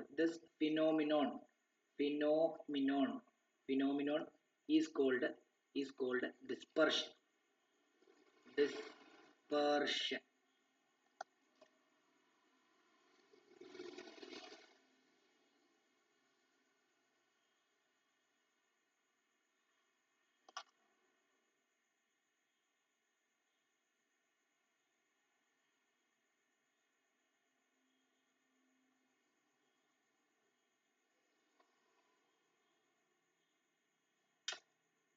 അതായത് നിങ്ങൾ റഫായിട്ടൊന്ന് എന്ത് ചെയ്യുക, then ഇങ്ങനെ ഒന്ന് ഒരു പ്രിസം നിങ്ങളൊന്ന് വരയ്ക്കുക. പ്രിസം നിങ്ങൾ ജസ്റ്റ് ഒന്ന് ഇങ്ങനെ ഒന്ന് വരയ്ക്കുക. ശരിക്കും പ്രിസം 3 ഡയമെൻഷനിൽ എങ്ങനെ ആയിരിക്കുന്നത് അറിയാം, അത് നിങ്ങൾ വരയ്ക്കണ്ട, ഞാൻ ജസ്റ്റ് വരച്ച് കാണിക്കാം. അതായത് ഇങ്ങനെ ആയിരിക്കുന്നത്, നിങ്ങൾ ലാബിലൊക്കെ കണ്ടിട്ടുണ്ടാവും. ഇങ്ങനെയാണ് പ്രിസം ഇരിക്കുന്നത്. അതിൽ 2 റെക്ടാങ്കുലർ ഫേസ്, ഇതും അതേപോലെ തന്നെ ഇതും, ഈ 2 റെക്ടാങ്കുലർ ഫേസ് ആണ് റിഫ്രാക്റ്റിംഗ് ഫേസ്. ലൈറ്റ് ഇവിടെ വന്ന് വീണിട്ട് ഇതിനകത്തോട് ഇങ്ങനെ റിഫ്രാക്ട് ചെയ്ത് ഇതുവഴി ഇങ്ങനെ വരും. ഇങ്ങനെയാണ് നടക്കുന്നത്. അതേപോലെ തിരിച്ചും ഇതുവഴി ഇങ്ങനെ വന്നിട്ട് ഇങ്ങനെ പോകുന്നുണ്ടായിരിക്കും. ഇത് രണ്ടെണ്ണം എന്താണ്, അതായത് ഒരു ട്രയാങ്കുലർ ഫേസ് ആണ്. അതേപോലെ താഴെ ഒരു റെക്ടാങ്കുലർ ഫേസ് തന്നെയാണ്, പക്ഷെ അത് ഒപ്പേക്ക് ആണ്. അതായത് ഒപ്പേക്ക് എന്ന് പറയുന്നത്, അതായത് ലൈറ്റ് കടത്തി വിടത്തില്ല, ജസ്റ്റ് ഒരു റഫ് സർഫസ് ആയിരിക്കും അവിടെ. അപ്പൊ അതിനെ ഞാൻ 2 ഡയമെൻഷനൽ ആയിട്ടാണ് ഈ പടം വരച്ചിരിക്കുന്നത്. അപ്പൊ ഒരു വൈറ്റ് ലൈറ്റ് ഞാൻ ഇതിലോട്ട് വരയ്ക്കുവാണെങ്കിൽ എന്ത് സംഭവിക്കുന്നറിയോ, അത് 7 കളറായിട്ട് സ്പ്ലിറ്റ് ചെയ്യും. അതായത് വയലറ്റ്, ഇൻഡിഗോ,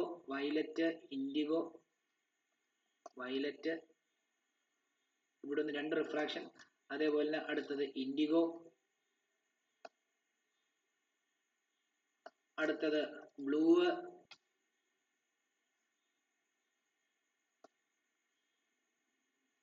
അടുത്തത് green,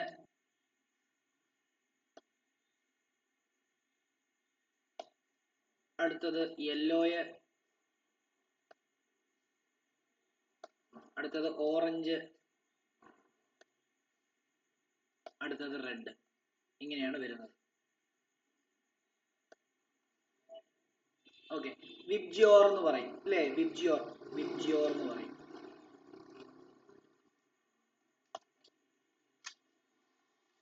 violet, IndiGo, blue, green, yellow, orange, red, VIBGYOR എന്ന് പറയും. അപ്പൊ ഇതിനകത്ത് നിങ്ങൾ മനസ്സിലാക്കേണ്ട ഒരു കാര്യം, ഇവിടെ ഓരോരുത്തർക്കും ഓരോ ഡീവിയേഷൻ കേട്ടോ. വയലറ്റിനാണ് ഏറ്റവും കൂടുതൽ ഡീവിയേഷൻ. അപ്പം നിങ്ങൾ ഇവിടോട്ട് എഴുതുക ഫോർ വയലറ്റ് എന്ന് എഴുതിയിട്ട്, വയലറ്റിന് എന്തോ കൂടുതലെന്നറിയോ? വയലറ്റിന് ഫ്രീക്വൻസി കൂടുതലാണ്, ന്യൂ കൂടുതലാണ്, അപ്പോൾ വേവ് ലെങ്ത് കുറവായിരിക്കും, എനർജി കൂടുതലായിരിക്കും. അതേപോലെ തന്നെ ഡീവിയേഷന് ചില സ്കൂളിൽ ഡി എന്ന് എഴുതും, ചില സ്കൂളിൽ ഡെൽ എന്ന് എഴുതും. ഇതാണ് ഡെല്ല്. പണ്ട് നമ്മൾ റെസിസ്റ്റിവിറ്റിക്ക് റോ എഴുതുന്ന പോലെ തന്നെയാണ് ഡെല്ല്, ഇങ്ങനെ എഴുതും. ഡീവിയേഷനും ഇവിടെ എന്തായിരിക്കും? കൂടുതലായിരിക്കും. എന്നാൽ ഫോർ റെഡിന്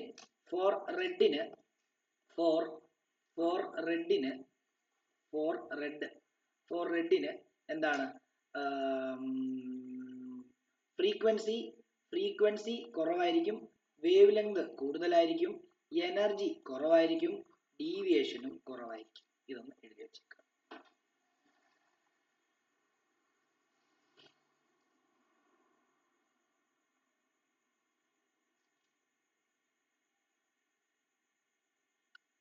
ഓക്കെ, ഇനി നമ്മൾ ഡെറിവേഷനിലേക്ക് കയറാൻ പോവാണ്. ആ ഡെറിവേഷൻ ശ്രദ്ധിച്ച് നോക്കുക. ഉറപ്പായിട്ടും ഡെറിവേഷനോ അഥവാ ആ ഡെറിവേഷനുമായിട്ട് ബന്ധപ്പെട്ട് ഒരു ന്യൂമറിക്കലോ പരീക്ഷയ്ക്ക് ചോദിക്കും. അത് എത്ര ശതമാനം ഉറപ്പ്? ഒരു 150% ഉറപ്പാണ്. നിങ്ങൾ ഏത് എല്ലാ വർഷത്തെയും ക്വസ്റ്റ്യൻ പേപ്പർ എടുത്ത് നോക്കിയോ, ഏതെങ്കിലും ഒരു സെറ്റിനകത്ത് പ്രിസത്തിന്റെ ഡെറിവേഷൻ അഥവാ ഒരു ന്യൂമറിക്കൽ ഉണ്ടാവും. ഓക്കെ, മോസ്റ്റ്ലി ന്യൂമറിക്കൽ ചോദിക്കാറില്ല, ഡെറിവേഷൻ ആണ് ചോദിക്കുന്നത്. കഴിഞ്ഞ വർഷം ന്യൂമറിക്കലാണ് ചോദിച്ചത്. ഓക്കെ ആണല്ലോ, അതുകൊണ്ട് അത് ശ്രദ്ധിക്കുക. ഓക്കെ, ഇനിയും നിങ്ങൾ ഹെഡിങ് എഴുതേണ്ടത് റിഫ്രാക്ഷൻ ത്രൂ പ്രിസം എഴുതുക. ഇത് ഡെറിവേഷൻ ആണ്. Refraction through prism.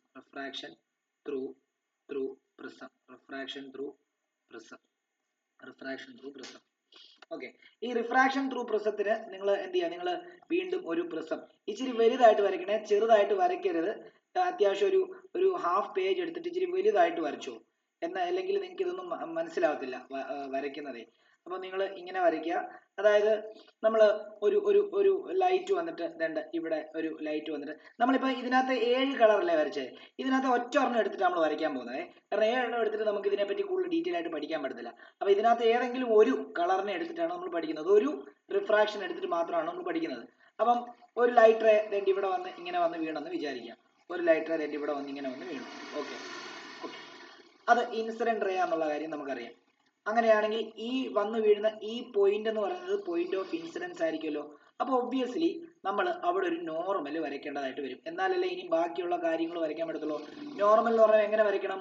ആ സർഫസിന് പെർപെൻഡിക്കുലർ ആയിട്ട് വേണം വരയ്ക്കാൻ. അതായത് ഇവിടെ മൂന്ന് അതായത് A B C, A B എന്ന് പറയുന്ന ഫേസിലാണ് ഈ ഇൻസിഡന്റ് റേ വന്ന് വീഴുന്നത്. ഇൻസിഡന്റ് റേ നമുക്ക് പി ക്യൂ എന്ന് നെയിം ചെയ്യാം. ആ പി ക്യൂ വന്ന് വീഴുന്നത് ഈ എ ബി എന്ന് പറഞ്ഞ ഫേസിലാണ്. അപ്പൊ എ ബി എന്ന് പറഞ്ഞ ഫേസിൽ ആ വന്ന് വീഴുന്ന പോയിന്റിനെ പോയിന്റ് ഓഫ് ഇൻസിഡൻസ് എന്നും അവിടെ ആ സർഫസിന് പെർപെൻഡിക്കുലർ ആയിട്ട് വരയ്ക്കുന്ന വരെ നോർമൽ എന്ന് വിളിക്കും. ഓക്കെ, അങ്ങനെയാണെങ്കിൽ നമുക്കിപ്പോൾ അറിയാം ഇത് റേറർ മീഡിയം, ഇത് ഡെൻസർ മീഡിയമോ. അപ്പൊ എന്താ, what happens when light ray travels from rarer to denser medium? It bend towards normal ആണ്. അങ്ങനെ ഇത് നോർമലിന് അടുത്തോട്ട് ബെൻഡ് ചെയ്തു, എന്നിട്ട് ഇവിടെ വന്ന് വീണു. ഓക്കെ, അപ്പൊ അതിനെ നമുക്ക് ക്യൂ ആർ എന്ന് വിളിക്കാം. അപ്പോൾ ഒബ്വിയസ്ലി അതും റിഫ്രാക്റ്റിംഗ് സർഫസ് ആയതുകൊണ്ട് തന്നെ അതും പോയിന്റ് ഓഫ് ഇൻസിഡൻസ് തന്നെ ആയിരിക്കും വേണ്ടത്. അങ്ങനെയാണെങ്കിൽ നിങ്ങൾ ഇനി അവിടെയും നോർമൽ വരയ്ക്കണം. എങ്ങനെ? എ സിക്ക് പെർപെൻഡിക്കുലർ ആയിട്ട് നിങ്ങൾ ഒരു നോർമൽ വരയ്ക്കേണ്ടി വരും. കണ്ടോ, എ സിക്ക് പെർപെൻഡിക്കുലർ ആയിട്ട് നിങ്ങൾ ഒരു നോർമൽ വരയ്ക്കും. ഓക്കെ, അതും വരച്ചു. അപ്പൊ നമുക്കറിയാം ഇപ്പൊ ലൈറ്റ് ഇറങ്ങി പോകുന്നത് എവിടെ നിന്ന് എങ്ങോട്ടാ? ഡെൻസറിൽ നിന്ന് റെയറിലോട്ടാണ് പോകുന്നത്. അങ്ങനെയാണെങ്കിൽ bend away from the normal ആയിരിക്കും. അങ്ങനെ ലൈറ്റ് എന്ത് ചെയ്യുന്നു? Bend away from the normal ആയിട്ട് ഇങ്ങനെ പോകുന്നു. ഓക്കെ ആണല്ലോ, ഇത്രയും കാര്യങ്ങളും മനസ്സിലാക്കി വെക്കുക. അതായത് ഇവിടെ ഇൻസിഡന്റ് റേ ഇങ്ങനെ വന്ന് വീണു, റിഫ്രാക്റ്റഡ് റേ ഇങ്ങനെ പോയി, ഈ പുറത്തോട്ട് ഇറങ്ങുന്ന റേ എമർജന്റ് റേ എന്ന് പറയും. ഓക്കെ, അതെന്താണെന്നൊക്കെ ഉള്ളത് നമുക്ക് അങ്ങോട്ടേക്ക് പോകുമ്പോൾ പറഞ്ഞു തരാം. തൽക്കാലം ഇത് ഇങ്ങനെ നിൽക്കട്ടെ. ഓക്കെ, ഇനിയും ശരിക്കും ആക്ച്വലി ഈ ലൈറ്റ് റേകൾ ഒന്നും ഇല്ലായിരുന്നുവെങ്കിൽ, അതായത് പ്രിസം ഇല്ലായിരുന്നുവെങ്കിൽ ഈ ലൈറ്റ് റേ എങ്ങനെ പോയേനെ? ഈ പ്രിസം ഇല്ലായിരുന്നുവെങ്കിൽ ഈ ലൈറ്റ് റേ ഇങ്ങനെ പോയേനെ. ശരിയല്ലേ? ഈ ലൈറ്റ് റേ ഇങ്ങനെ പോയേനെ.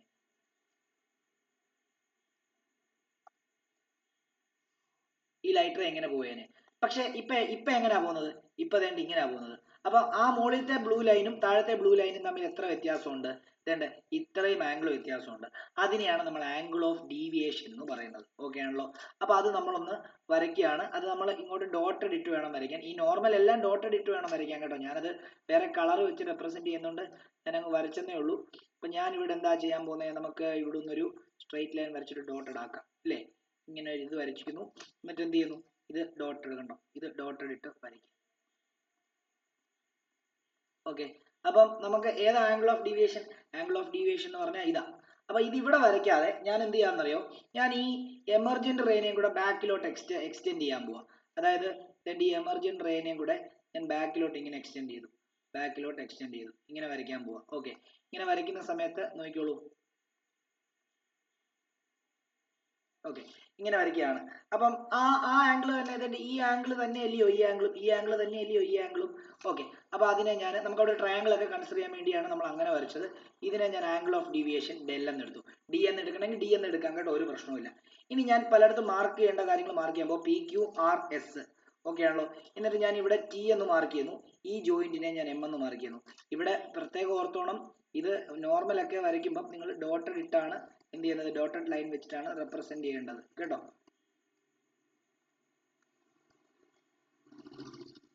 ഓക്കെ, ഇത്രയും കാര്യങ്ങൾ വരച്ചു കഴിഞ്ഞാൽ നമ്മുടെ പ്രിസത്തിന്റെ പടം നമ്മുടെ ഏകദേശം കറക്റ്റ് ആയി.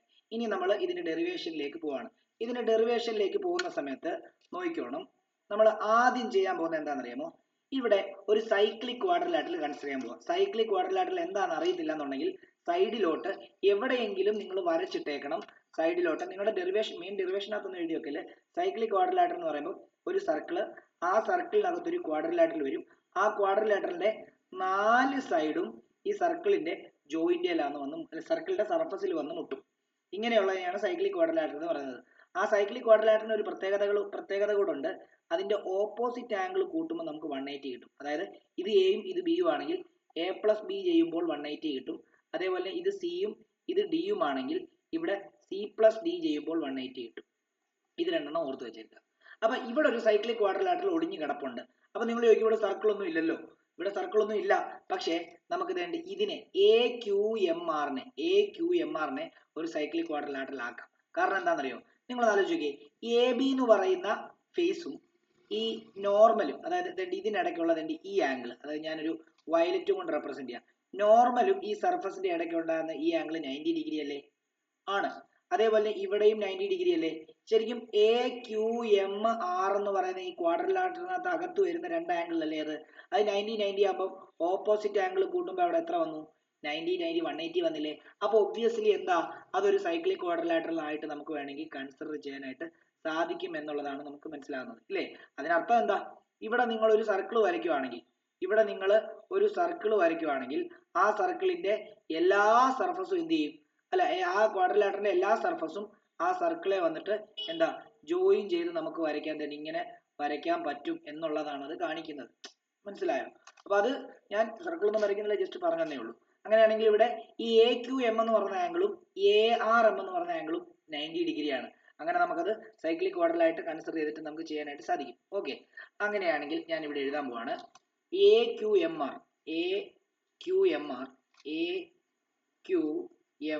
R is a cyclic quadrilateral.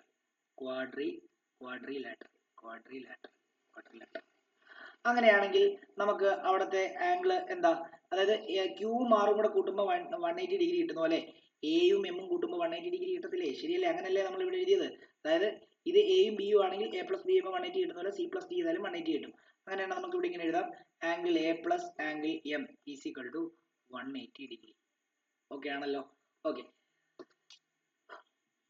ഇതിനകത്ത് വേറൊരു കാര്യം, രണ്ട് മൂന്ന് കാര്യം കൂടെ ഒന്ന് മാർക്ക് ചെയ്യാൻ വിട്ടുപോയായിരുന്നേ. അതിൽ ഒന്നെന്നുള്ളത്, നിങ്ങളൊരു കാര്യം ചെയ്യാമോ, നിങ്ങൾ തന്നെ ഈ എ ക്യു എം ആർ എന്ന് എഴുതിയത് ഒന്ന് കട്ട് ചെയ്യാമോ? അതിന് പകരം അവിടെ കുറെ കാര്യങ്ങളോട് എഴുതാനുണ്ടായിരുന്നു, അതും കൂടെ ഒന്ന് എഴുതണേ, അതൊന്ന് കട്ട് ചെയ്തേരെ. അത് ഡെറിവേഷൻ എഴുതുമ്പോൾ അത് എഴുതണ്ട, പക്ഷെ ഇപ്പൊ അത് എഴുതി തന്നെ പോകണം. വേണ്ട, ഈ നോർമൽ, ഈ പടത്തിനകത്തോട്ട് ആദ്യം വന്നേ, ഈ നോർമലിന്റെയും ഈ ഇൻസിഡന്റ് റേയുടെയും ഇടയ്ക്ക് വരുന്ന ഈ ആംഗിളിനെ ആംഗിൾ ഓഫ് ഇൻസിഡൻസ് എന്ന് വിളിക്കും. അതിനെ ഞാൻ I1 എന്ന് മാർക്ക് ചെയ്യും. അതേപോലെ തന്നെ നോർമലിന്റെയും ഈ ഇതാണ് റിഫ്രാക്റ്റഡ് റേ, ഇതിന്റെയും നോർമലിന്റെ ഇടയ്ക്ക് വരുന്ന ഈ ആംഗിളിനെ ആംഗിൾ ഓഫ് റിഫ്രാക്ഷൻ ആണ് പറയുന്നത്. അതിനെ ഞാൻ R1 എന്ന് വിളിക്കുവാണ്. അങ്ങനെയാണെങ്കിൽ ഉറപ്പായിട്ടും ഈ എ സി എന്ന് പറയുന്ന സർഫസിലാണ് ഈ ക്യു ആർ എന്ന് പറയുന്ന റേ വന്ന് മീറ്റ് ചെയ്യുന്നത്. അപ്പം അവിടെ അതിന്റെ ഇൻസിഡന്റ് റേ ആണ് ശരിക്കും പറഞ്ഞാൽ ഇത്. പക്ഷെ നമ്മൾ അവിടുത്തെ ഈ ആംഗിൾ എന്ന് പറയുന്ന ആംഗിൾ ഓഫ് ഇൻസിഡൻസ് ആണ് അതിന്റെ, പക്ഷെ നമ്മൾ അതിനെ R2 എന്നാണ് എടുക്കുന്നത്. അതേപോലെ തന്നെ നോർമലിന്റെയും എമർജന്റ് റേയുടെയും ഇടയ്ക്ക് വരുന്ന ഈ ആംഗിൾ ഓഫ് എമർജൻസ് ആയിരിക്കും. അതിനെ ഞാൻ I2 എന്ന് മാർക്ക് ചെയ്യും. ഇ എന്നായിരുന്നു മാർക്ക് ചെയ്യേണ്ടത്. പക്ഷെ ന്യൂമറിക്കലൊക്കെ ചോദിക്കുന്ന സമയത്ത് I1 I2 R1 R2 എന്നൊക്കെ പറഞ്ഞാൽ ചോദിക്കുന്നതും കൊണ്ടാണ് ഞാൻ ഇത് വെച്ചിട്ട് ഇത് ചെയ്യുന്നത്. സ്കൂളിലും എല്ലാ സ്കൂളിലും ഒരുമാതിരിയുള്ള സ്കൂളിലെല്ലാം ഇങ്ങനെ തന്നെ ആയിരിക്കും. ചില സ്കൂളിൽ മാത്രമേ ഉള്ളൂ ഇ ഒക്കെ ഉപയോഗിക്കുന്നത്. ഓക്കെ, അപ്പം ഇതെല്ലാം ഒന്ന് എഴുതണം. എന്താ ഇവിടെ PQ എന്ന് പറയുന്നത് ഇൻസിഡന്റ് റേ ആണെന്നും അതേപോലെ തന്നെ QR എന്ന് പറയുന്നത് റിഫ്രാക്റ്റഡ് റേ ആണെന്നും അതേപോലെ തന്നെ RS എന്ന് പറയുന്നത് എമർജന്റ് റേ ആണെന്നും അതേപോലെ തന്നെ I1 എന്ന് പറയുന്നത് angle of incidence at face AB ആണെന്നും അതേപോലെ R1 എന്ന് പറയുന്നത് angle of refraction from face AB ആണെന്നും അതേപോലെ തന്നെ R2 എന്ന് പറയുമ്പോൾ angle of refraction at face angle of refraction അല്ല ആംഗിൾ ഓഫ് ഇൻസിഡൻസ് ആണ്. അതെ, R2 എന്ന് പറയുമ്പോൾ angle of incidence at face AC ആണെന്നും അതേപോലെ ഇനിയും എന്താ I2 ഉണ്ട്. I2 എന്ന് പറയുമ്പോൾ എന്താ ആംഗിൾ ഓഫ് എമർജൻസ് ആണെന്നും കൂടെ എഴുതി വെക്കുക. ഇത്രയും കാര്യങ്ങൾ എഴുതുക. ഇനി ഒരു കാര്യം കൂടെ എഴുതുക, ആംഗിൾ എ എന്ന് പറഞ്ഞാൽ എന്താണെന്നറിയോ? വേണ്ടത് ഈ ആംഗിൾ എ എന്ന് പറയുമ്പോൾ ആംഗിൾ ഓഫ് പ്രിസം ആണെന്നും കൂടെ എഴുതിയേക്കണേ. അതായത് ആ ആംഗിൾ എ എന്ന് പറയുന്നത് ആംഗിൾ ഓഫ് പ്രിസം ആണെന്നും കൂടെ എഴുതിയേക്കണം. ആംഗിൾ എ എന്ന് പറയുന്നത് ആംഗിൾ ഓഫ് പ്രിസം ആണെന്നും കൂടെ എഴുതണം. ഇത്തരം കാര്യങ്ങൾ എഴുതിയിട്ട് ആ ഡെറിവേഷനിലേക്ക് പോകാവൂ. ഡെറിവേഷൻ കുഞ്ഞതാക്കി തരാം, വളരെ കുഞ്ഞതാക്കി തരാം. നിങ്ങൾ പണ്ട് പഠിച്ച കുറച്ച് കാര്യങ്ങളൊക്കെ ഒന്ന് ഓർത്ത് വെച്ചാൽ മതിയേ. അപ്പം ഞാൻ ഒരു കാര്യം ചെയ്യാണ്, ഇപ്പം ഈ എഴുതിയത് ഞാൻ തന്നെ ഇങ്ങോട്ടേക്ക് ഒന്ന് മാറ്റി വെക്കുകയാണേ. കാരണം നമുക്ക് ഇവിടെ ഇതിന്റെ താഴെ തന്നെ അത് എഴുതി പോവാം, മറ്റേ ഡെറിവേഷൻ.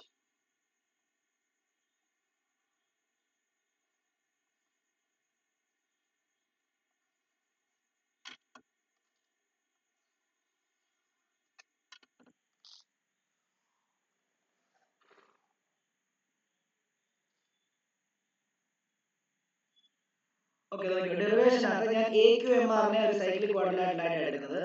അപ്പം AQMR is a cyclic quadrilateral. അതെങ്ങനെയാണെന്നുള്ള കാര്യം ഞാൻ പറഞ്ഞായിരുന്നു.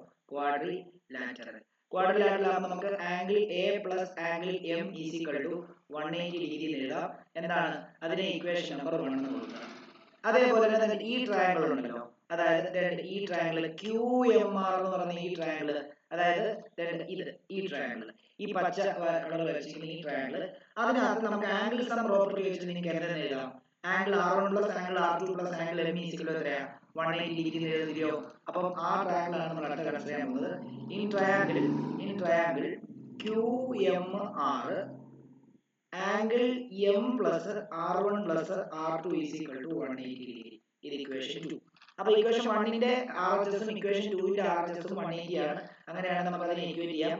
ഓൺ ഇക്വേറ്റിംഗ് നമുക്ക് ഇങ്ങനെ എഴുതാം, angle A plus angle M is equal to എത്രയായിരിക്കും? Angle A plus angle M is equal to എത്ര വരും? നമുക്ക് angle M plus angle R1 plus angle എന്ന് കൊടുക്കണ്ട, R1 പ്ലസ് R2 എന്ന് കൊടുത്താൽ മതി. R1 പ്ലസ് R2 വരും ഇല്ലേ? ഓൺ ഇക്വേറ്റിംഗ് 1 and 2 ചെയ്യുമ്പോൾ കിട്ടുന്ന സാധനമാണ് ഇത്. ഇത് രണ്ടും M കട്ട് ചെയ്ത് പോയി, മൈനസ് ആയി പോയി. അപ്പൊ angle A is equal to നമുക്ക് എന്ത് കിട്ടി? R1 പ്ലസ് R2 കിട്ടി. അതിനെ ഇക്വേഷൻ നമ്പർ 3 എന്ന് വിളിച്ചു. ഇത്രയും ഒന്ന് നോക്കിക്കോണം, ഇത്രയും എഴുതിക്കോണം. ഇത്രയും മനസ്സിലായെങ്കിൽ പറയണം.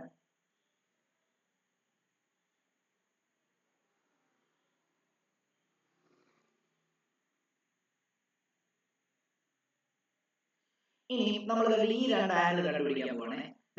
ഈ ആംഗിളും അതേപോലെ തന്നെ ഈ ആംഗിൾ കണ്ടുപിടിക്കാൻ പോവാം. ഈ ആംഗിൾ ഞാൻ നിങ്ങളോട് പറയാണ്, ഇത് I1 മൈനസ് R1 എന്ന് കൊടുക്കണം, ഇത് I2 മൈനസ് R2 എന്ന് കൊടുക്കണം. അത് എങ്ങനെ വന്നതെന്ന് ഞാൻ പറഞ്ഞുതരാം.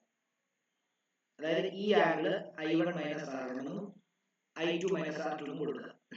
ഈ ആംഗിൾ, അതായത് ഞാനിപ്പം വേണമെങ്കിൽ ഒരു ബ്ലൂ കളർ കൊണ്ട് മാർക്ക് ചെയ്തത് ഈ ആംഗിൾ നോക്കിയോളൂ. ഈ ആംഗിളും അതേപോലെ തന്നെ ഈ ആംഗിളും. അതെങ്ങനെയാണ് I1 minus R2 I1 minus R1 I2 minus R2 വന്നതെന്ന് ചോദിച്ചു കഴിഞ്ഞാൽ അത് വേണമെങ്കിൽ റഫായിട്ട് സൈഡിലോട്ട് വരയ്ക്കുക. ശരിക്കും പറഞ്ഞു കഴിഞ്ഞാൽ നമ്മുടെ ഇൻസിഡന്റ് റേ PQ എന്ന് പറയുന്നത് ഇവിടെ വരുന്നത് PQ ഇവിടെ വന്ന് വീഴും. ഓക്കെ, ഇതാണ് നമ്മുടെ നമ്മുടെ എന്താ പ്രിസം ഇല്ലേ, AB എന്ന് പറയുന്ന സൈഡ് ഇതാണ്. ഇത് റിഫ്രാക്ട് ചെയ്ത് ഇങ്ങനെ പോയി. നോർമൽ വരയ്ക്കുമ്പോൾ നമ്മൾ എങ്ങനെ വരയ്ക്കും? നോർമൽ വരയ്ക്കുമ്പോൾ നമ്മൾ ഇങ്ങനെയാണ് വരയ്ക്കുന്നത്, ശരിയല്ലേ? അതേപോലെ തന്നെ ഇത് നമ്മുടെ ഈ PQ എന്ന് പറഞ്ഞ എക്സ്റ്റെൻഡ് ചെയ്ത് പോവുകയാണെങ്കിൽ ഇങ്ങനെ വരയ്ക്കും എന്നുള്ള കാര്യം നമ്മൾ വരച്ചാണ്. PQR ഇങ്ങനെയാണ് ഇരിക്കുന്നത്. ഇതിനെയാണ് നമ്മൾ I1 എന്ന് വരച്ചത്. ഇതാണ് നമ്മുടെ R1. നമുക്കറിയാം ഒരു എക്സിന്റെ അപ്പുറത്തും ഇപ്പുറത്തും വരുന്ന ആംഗിള് വെർട്ടിക്കലി ഓപ്പോസിറ്റ് ആംഗിൾ ആയിരിക്കും. അതായത് ഇത് I1 ആണെങ്കിൽ ഇതും I1 ആയിരിക്കും. അപ്പൊ ഇതിപ്പോ I1 ആണെങ്കിൽ ഒബ്വിയസ്ലി ഇതൊരു എക്സ് ആണ്. ഇപ്പൊ ഈ ഫോം ചെയ്തിരിക്കുന്നത് കണ്ടോ, ഇതൊരു എക്സ് ആണ്, ഇതാണ് എക്സ് ഇല്ലേ? അപ്പൊ ഇത് I1 ആണെങ്കിൽ ഒബ്വിയസ്ലി ഇത് തന്നെയായിരിക്കും, I1 ആയിരിക്കും ഇല്ലേ? അപ്പൊ I1 ൽ നിന്ന് R1 പോയി കഴിഞ്ഞാൽ ബാക്കി ഇത് എത്ര വരും? I1 മൈനസ് R1 വരും. ഇതേപോലെ തന്നെയാണ് നമ്മുടെ അപ്പുറത്ത് എന്ന് പറയുമ്പോൾ അതിന്റെ ഫേസ് എന്ന് പറയുമ്പോഴേക്കും AC ആണ്. അപ്പൊ നമ്മുടെ QR എന്ന് പറഞ്ഞ ലൈറ്റ് ഇവിടെ വന്നു വീഴും. ഇത് Q, ഇത് R. നമ്മുടെ നോർമൽ ഇങ്ങനെ വരയ്ക്കണം. അപ്പൊ എന്താ സംഭവിക്കുന്നത്? ഇത് ഇങ്ങനെ റിഫ്രാക്ട് ചെയ്ത് പോകും. ഇതിനെ നമ്മൾ എക്സ്റ്റെൻഡ് ചെയ്തു ആംഗിൾ ഓഫ് ഡീവിയേഷൻ വരയ്ക്കാൻ വേണ്ടി. ഓക്കെ, അപ്പം ഇവിടെ ഇതാണ് നമ്മുടെ I2. അപ്പൊ ഒബ്വിയസ്ലി ഇത് മൊത്തം എത്രയായിരിക്കും? I2 ആയിരിക്കും. അതിന് ഇത് നമ്മൾ R2 എടുത്തിട്ടുണ്ട്. അങ്ങനെയാണെങ്കിൽ ഇത് എന്ത് വരും? I1 മൈനസ് R2 എന്ന് വരും. അങ്ങനെയാണ് ആ കോർണർ എടുത്ത് വന്നത്, I1 മൈനസ് R2 എന്ന് വന്നത്. ഓക്കെ ആണല്ലോ? ഓക്കെ, ഇനി നമ്മൾ പഠിക്കാൻ പോകുന്നത് അറിയോ? We know that. ഇതിപ്പോ റഫായിട്ട് സൈഡിലൂടെ നിങ്ങൾക്ക് മനസ്സിലാൻ വേണ്ടി പറഞ്ഞാണ്. ഇതൊന്നും നമ്മുടെ ഡെറിവേഷനകത്ത് വരേണ്ട ആവശ്യമില്ല. ഇനി നിങ്ങൾ ഡെറിവേഷനായിട്ട് വരേണ്ട answer we know that exterior angle is equal to sum of interior opposite angle ആണ്. അതായത് ഇപ്പൊ ഇങ്ങനെ ഒരു ട്രയാങ്കിൾ വരുമെന്ന് വിചാരിച്ചു. അതിന്റെ ഈ ആംഗിൾ ആണ് അതിന്റെ എക്സ്റ്റീരിയർ ആംഗിൾ. അതിന്റെ ഇന്റീരിയർ ആംഗിൾ എന്ന് പറയുമ്പോൾ ഇതാണ്. അതിന്റെ ഇന്റീരിയർ ഓപ്പോസിറ്റ് ആംഗിൾ എന്ന് പറയുമ്പോൾ ഇതാണ്. അതിനർത്ഥം ഇവിടെ എയും ബിയും വന്നു കഴിഞ്ഞാൽ ഈ ആംഗിൾ എക്സ്റ്റീരിയർ ആംഗിൾ എന്ന് പറഞ്ഞു കഴിഞ്ഞാൽ ഇപ്പൊ സി ആണ് എടുത്തു കഴിഞ്ഞാൽ അത് A പ്ലസ് ബി ആയിരിക്കും. അതായത് ഒരു എക്സ്റ്റീരിയർ ആംഗിളിന്റെ ഇന്റീരിയർ ഓപ്പോസിറ്റ് ആംഗിളിന്റെ സം ആയിരിക്കും ആ എക്സ്റ്റീരിയർ ആംഗിൾ എന്ന് പറയുന്നത്. ഓക്കെ ആണല്ലോ? അതായത് സിമ്പിൾ ആയിട്ട് പറയുവാണെങ്കിൽ എന്താ, നമുക്ക് ഇങ്ങനെ എഴുതാം. അതായത് ഇങ്ങനെ ഒരു ട്രയാങ്കിൾ വന്നു കഴിഞ്ഞാൽ ഇതിപ്പം എയും ഇത് ബി ആണെങ്കിൽ ഈ ആംഗിൾ A പ്ലസ് ബി ആയിരിക്കും എന്നുള്ളതാണ്. അപ്പം ഇവിടെ ഈ ഒരു തിയറി നമ്മൾ ഇവിടെ അപ്ലൈ ചെയ്യാൻ പോകും. എവിടാന്നറിയാമോ? ഈ ട്രയാങ്കിളിനകത്ത് നമ്മൾ അപ്ലൈ ചെയ്യാൻ പോകും. ഏതാ? ഈ ട്രയാങ്കിൾ. ഞാനിപ്പം ഒരു ബ്രൗൺ കളർ കൊണ്ട് വരച്ചു കാണിക്കാം. ഈ ട്രയാങ്കിൾ ഇതിനെ നമ്മൾ എക്സ്റ്റീരിയർ ആംഗിൾ ആയിട്ട് എടുക്കുന്നു. ഈ I1 മൈനസ് R1 നെയും I2 മൈനസ് R2 നെയും നമ്മൾ ഇന്റീരിയർ ഓപ്പോസിറ്റ് ആംഗിൾ ആയിട്ട് എടുക്കുന്നു. അപ്പം അതാണ് അടുത്ത് എഴുതാൻ പോകുന്നത്. In triangle QRT. Therefore in triangle QRT നമുക്ക് ഇങ്ങനെ എഴുതാം. del is equal to നമുക്ക് എന്താ എഴുതാം? del or D is equal to interior opposite angle ഒരെണ്ണം I1 plus I1 minus R1 ആണ്, പ്ലസ് അടുത്തത് I2 മൈനസ് R2 ആണ്. അങ്ങനെയാണെങ്കിൽ നമുക്ക് ഇവിടെ എന്താ എഴുതാം? I1 plus I2 minus R1 minus R2 എഴുതാം അറേഞ്ച് ചെയ്തിട്ട്. അപ്പൊ I1 പ്ലസ് I2 ഇവിടുന്ന് മൈനസ് കോമൺ എടുക്കുവാണെങ്കിൽ R1 പ്ലസ് R2. ഓക്കെ ആണല്ലോ? എന്നിട്ട് ഇതിനെ നമ്മൾ ഇപ്പൊ ഇതുവരെ ഇക്വേഷൻ എന്തായിട്ട് കൊടുത്തേ? ഇക്വേഷൻ 3 ആണ്. അപ്പൊ ഈ ഇക്വേഷൻ 4 ആയിട്ട് കൊടുക്കും. അല്ല, ഇക്വേഷൻ 4 ആയിട്ട് കൊടുക്കുന്നതിന് വേറൊരു കാര്യം കൊടുക്കാം. നമുക്കിപ്പോ ഡെൽ ഈസ് ഈക്വൽ ടു എന്താ ആക്കിയത്? ഇങ്ങനെ ആക്കിയത്. അപ്പൊ del is equal to I1 plus I2 minus ഞാൻ എന്ത് എഴുതാൻ പോകുന്നല്ലോ? R1 plus R2 angle A ആയിട്ട് എടുത്തിരിക്കുന്നത് അത് എഴുതാൻ പോവാ. ഈ ഇക്വേഷൻ നമ്പർ 4 ആയിട്ട് കൊടുത്തു. ചോദിക്കണം.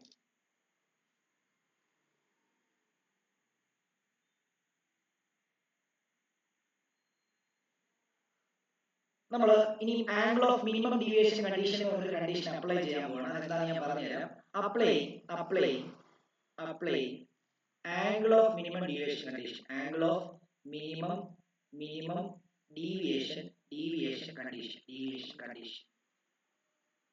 Angle of minimum deviation condition അത് angle I1 is equal to R1 ആയിരിക്കും. അതായത് I1 is equal angle of ഇൻസിഡൻസും ആംഗിൾ ഓഫ് എമർജൻസി ഈക്വൽ ആയിരിക്കും. ഈക്വൽ ആയതുകൊണ്ട് അതിനെ ജനറൽ ഒരു I ആയിട്ട് എടുത്തു. അതേപോലെ തന്നെ R1 is equal to R2 ആയിരിക്കും. അതിനെ R ആയിട്ട് എടുത്തു. ഡെല്ലിനെ നമ്മൾ ഡെൽ M ആയിട്ട് എടുക്കണം. ഇപ്പൊ നമുക്ക് കിട്ടിയിരിക്കുന്നത് നമ്മൾ ഓരോ ഇക്വേഷനകത്തും അപ്ലൈ ചെയ്യാൻ പോവാം. അങ്ങനെയാണെങ്കിൽ ഇപ്പൊ ഈ കണ്ടീഷൻ അപ്ലൈ ചെയ്ത് കഴിഞ്ഞാൽ നമ്മുടെ ഇക്വേഷൻ 4 എന്താവും? ഇതാണ് ഇക്വേഷൻ 4. ഇക്വേഷൻ 4 എന്താവും? therefore ഇക്വേഷൻ 4 becomes എന്താവും? del m is equal to i1 plus i2 എന്നാണ്. അപ്പൊ i plus i minus angle a എന്ന് വരും അല്ലേ? അങ്ങനെയാണെങ്കിൽ del m is equal to എത്രയാ? 2i minus angle a എന്ന് വരും. അങ്ങനെയാണെങ്കിൽ നമുക്ക് i കണ്ടുപിടിക്കുന്നേ ഉള്ളൂ. അതിനുവേണ്ടി del m plus angle a is equal to 2i എന്ന് വരുന്നു. അവിടുന്ന് i is equal to del m plus angle a divided by 2 എന്ന് വരുന്നു. ഇതിനെ ഇക്വേഷൻ നമ്പർ 5 എന്ന് കൊടുക്കും. അതേപോലെ തന്നെ ഈ കണ്ടീഷൻ നമ്മുടെ ഇക്വേഷൻ ഏത് ഇക്വേഷൻ 1 ആയിരുന്നു? r1 plus r2. ഇക്വേഷൻ 3, അതായത് therefore ഇക്വേഷൻ 3 becomes എന്താവും? ഇക്വേഷൻ 3ക്കും വ്യത്യാസം ഉണ്ടാവും. എന്താണ് നമ്മൾ പഠിച്ചിട്ടുള്ളത്? Angle a is equal to എന്താ? r1 plus r2 എന്നാണ് പഠിച്ചിട്ടുള്ളത്. കണ്ടീഷൻ കൊടുക്കുമ്പോൾ r plus r വരുന്നു. അങ്ങനെയാണെങ്കിൽ condition a is equal to 2r വരുന്നു. അവിടുന്ന് r is equal to angle a by 2 എന്ന് കൊടുക്കുന്നു. ഇതിനെ ഇക്വേഷൻ നമ്പർ 6 എന്ന് കൊടുക്കും. ഇനി നമ്മൾ എന്ത് ചെയ്യാന്ന് പറയുന്നത്, ഈ ഐനെയും ആറിനെയും സ്നെൽസ് ലോയ്ക്കകത്ത് കൊണ്ട് കൊടുക്കാൻ പോകും. അതാണ് നമ്മുടെ ഫൈനൽ ഇക്വേഷൻ. അപ്പം അത് സ്നെൽസ് ലോയ്ക്കകത്ത് കൊണ്ട് കൊടുക്കുന്ന സമയത്ത് നോക്കിയോ, substituting value of I and R in എന്താണ്? Snell's law. അങ്ങനെ കൊടുക്കുമ്പോൾ നമുക്കറിയാം refractive index of medium 2 with respect to 1 is equal to sine I divided by sine R ആണ്. അപ്പോൾ നമുക്കിപ്പോൾ സൈൻ ഐ വന്നിരിക്കുന്നത് del m plus angle a divided by 2 ആണ്. Whole divide by sine R വന്നിരിക്കുന്നത് എന്താണ്? സൈൻ ആർ വന്നിരിക്കുന്നത് angle a divided by 2 ആണ്. Okay ആണല്ലോ? അപ്പോൾ ഇതായിരിക്കും നമ്മുടെ n is equal to ഇതായിരുന്നു കഴിഞ്ഞ തവണത്തെ എന്താണ് ഇതിന്റെ ആൻസർ. അതായത് എല്ലാം തന്നു, ആംഗിൾ എയുടെ വാല്യൂ എല്ലാത്തിന്റെയും വാല്യൂ കൃത്യമായിട്ട് തന്നു. ജസ്റ്റ് സബ്സ്റ്റിറ്റ്യൂട്ട് ചെയ്താൽ മതിയായിരുന്നു. പക്ഷേ എല്ലാവരും കൺഫ്യൂഷൻ ആയിരിക്കും. ഇത് ചോദിക്കുന്ന ആരും കരുതിയില്ല. ഓക്കെ ആണല്ലോ? അപ്പൊ ഇതാണ് നമ്മുടെ ഡെറിവേഷൻ എന്ന് പറയുന്നത്. അതായത് ഈ മിനിമം ഡീവിയേഷൻ എന്ന് പറഞ്ഞാൽ എന്താണെന്ന് അറിയാമോ? മിനിമം ഡീവിയേഷൻ എന്ന് പറഞ്ഞാൽ സാധാരണഗതിയിൽ ഞാൻ അതുകൊണ്ടൊന്ന് പറഞ്ഞിട്ട് എനിക്ക് ഇതെല്ലാം കാണിച്ചു തരാം. സാധാരണഗതിയിൽ നിങ്ങൾ നോക്കി, അതായത് ഞാൻ ഇവിടെ ഒരു പർട്ടിക്കുലർ ആംഗിൾ ഓഫ് ഇൻസിഡൻസ്, ഒരു 50 ആംഗിൾ ഓഫ് ഇൻസിഡന്റ് ചെയ്യിപ്പിക്കാന്ന് വിചാരിച്ചു. അപ്പൊ ഒബ്വിയസ്ലി ഇവിടെ എന്തായാലും ഒരു ആംഗിൾ ഓഫ് ഡീവിയേഷൻ ഉണ്ടാവും. അത് 40 ആണെന്ന് വിചാരിച്ചു. ഞാൻ ഈ ആംഗിൾ ഓഫ് ഇൻസിഡൻസ് കൂട്ടി 60 ആക്കുക. അപ്പൊ എന്ത് സംഭവിക്കുന്നറിയോ? ഈ 40 35 ആയിട്ട് കുറയും. വീണ്ടും ഞാൻ ഇത് 70 ആക്കുക. അപ്പൊ ഇതൊരു 30 ആയിട്ട് കുറയും. പിന്നീട് ഞാൻ 80 ആക്കുമ്പോൾ ഇത് 30, ഇനി 25 ആകുന്നില്ല, പകരം 32 ആയി. പിന്നെ ഞാനിത് 90 ആക്കുമ്പോൾ, 90 വേണ്ട, ഒരു 81 ആക്കുമ്പോൾ ഇതെന്താ സംഭവിക്കുന്നത്? ഇതൊരു 34 ആവും. അങ്ങനെ അതായത് ഇത് ആദ്യം ആംഗിൾ ഓഫ് ഇൻസിഡൻസ് കൂട്ടിയപ്പോൾ ആംഗിൾ ഓഫ് ഡീവിയേഷൻ കുറഞ്ഞിട്ട് ഒരു മിനിമം വാല്യൂ ആയിട്ട് പിന്നീട് കൂടുകയാണ് ചെയ്യുന്നത്. ആ മിനിമം വാല്യൂവിനെയാണ് നമ്മൾ എന്തെന്ന് പറയുന്നത്? ഇവിടെ 30 ആണ്. ആ മിനിമം വാല്യൂവിനെയാണ് ആംഗിൾ ഓഫ് മിനിമം ഡീവിയേഷൻ എന്ന് പറയുന്നത്. ആംഗിൾ ഓഫ് മിനിമം ഡീവിയേഷൻ വരുന്ന സമയത്ത് ആംഗിൾ ഓഫ് ഇൻസിഡൻസും ആംഗിൾ ഓഫ് എമർജൻസും ഈക്വൽ ആയിരിക്കും. R1ഉം R2ഉം എന്തായിരിക്കും? ഈക്വൽ ആയിരിക്കും എന്നുള്ള കാര്യം കൂടെ മനസ്സിലാക്കി വെച്ചോളൂ. അതാണ് നമ്മുടെ കണ്ടീഷൻ. ആ കണ്ടീഷൻ വെച്ചിട്ടാണ് ഇത് നമ്മൾ എക്സ്പ്ലെയിൻ ചെയ്തിരിക്കുന്നത് എന്നുള്ള കാര്യം ആലോചിക്കുക. അപ്പൊ അതിനെ ഐ ഡി കർവ് എന്ന് പറഞ്ഞൊരു കർവ് കൂടെ ഉണ്ട്. അതുകൂടെ ജസ്റ്റ് വരച്ചു കഴിഞ്ഞാലേ ഇത് കംപ്ലീറ്റ് ആകുള്ളൂ. ഇതാണ് ഐ, അതായത് ഇത് ഇൻസിഡൻസ് ഐ, ഇവിടെ deviation del, I D curve. അതെങ്ങനെയാണെന്ന് വെച്ച് കഴിഞ്ഞാൽ ആംഗിൾ ഓഫ് ഇൻസിഡൻസ് കൂട്ടുമ്പോൾ ആദ്യം എന്ത് ചെയ്യും? നമ്മുടെ ആംഗിൾ ഓഫ് ഡീവിയേഷൻ കുറഞ്ഞ് ഒരു മിനിമം വാല്യൂ ആകുന്നു. പിന്നീട് ആംഗിൾ ഓഫ് ഇൻസിഡൻസ് കൂട്ടിയാലും ഇത് കൂടുന്നു. അങ്ങനെയാണെങ്കിൽ ഈ വാല്യൂ ആംഗിൾ ഓഫ് ഡീവിയേഷന്റെ ഈ വാല്യൂ ആണ് angle of minimum deviation del എന്ന് പറയുന്നത്. ഓക്കെ, അപ്പൊ ഈ പെർട്ടിക്കുലർ ആംഗിൾ ഓഫ് ഇൻസിഡൻസിൽ ഈ മിനിമം എന്താണ് ഡീവിയേഷൻ മിനിമം കാണിക്കും. അതാണ് ഈ കർവ്. ഇതിനെ നമ്മൾ ഐ ഡി കർവ് എന്നാണ് പറയുന്നത്. I D curve. കഴിഞ്ഞ വർഷം ഐ ഡി കർവ് വരയ്ക്കാൻ ഡയറക്റ്റ് ആയിട്ട് ചോദിച്ചായിരുന്നു. ഐ ഡി കർവ് എന്താണെന്ന് പോലും പലർക്കും കൺഫ്യൂഷൻ ഉണ്ടായിരുന്നത് കൊണ്ട് പലരും ആ ക്വസ്റ്റ്യനിൽ വിട്ടു. ഐ ഡി കർവ് എന്നാണ് പറയാ, ഓർത്ത് വെച്ചോണം. അപ്പൊ എഴുതാനുണ്ടെങ്കിൽ ഞാൻ എന്താണ് ചെറുതാക്കി തരാം, നിങ്ങൾ എഴുതിയെടുത്തോളൂ. എഴുതിയെടുത്തിട്ടുള്ളവർക്ക് എന്താ ലെഫ്റ്റ് ആവും. ഇത്രയും ഞാൻ പഠിപ്പിക്കുന്നുള്ളൂ.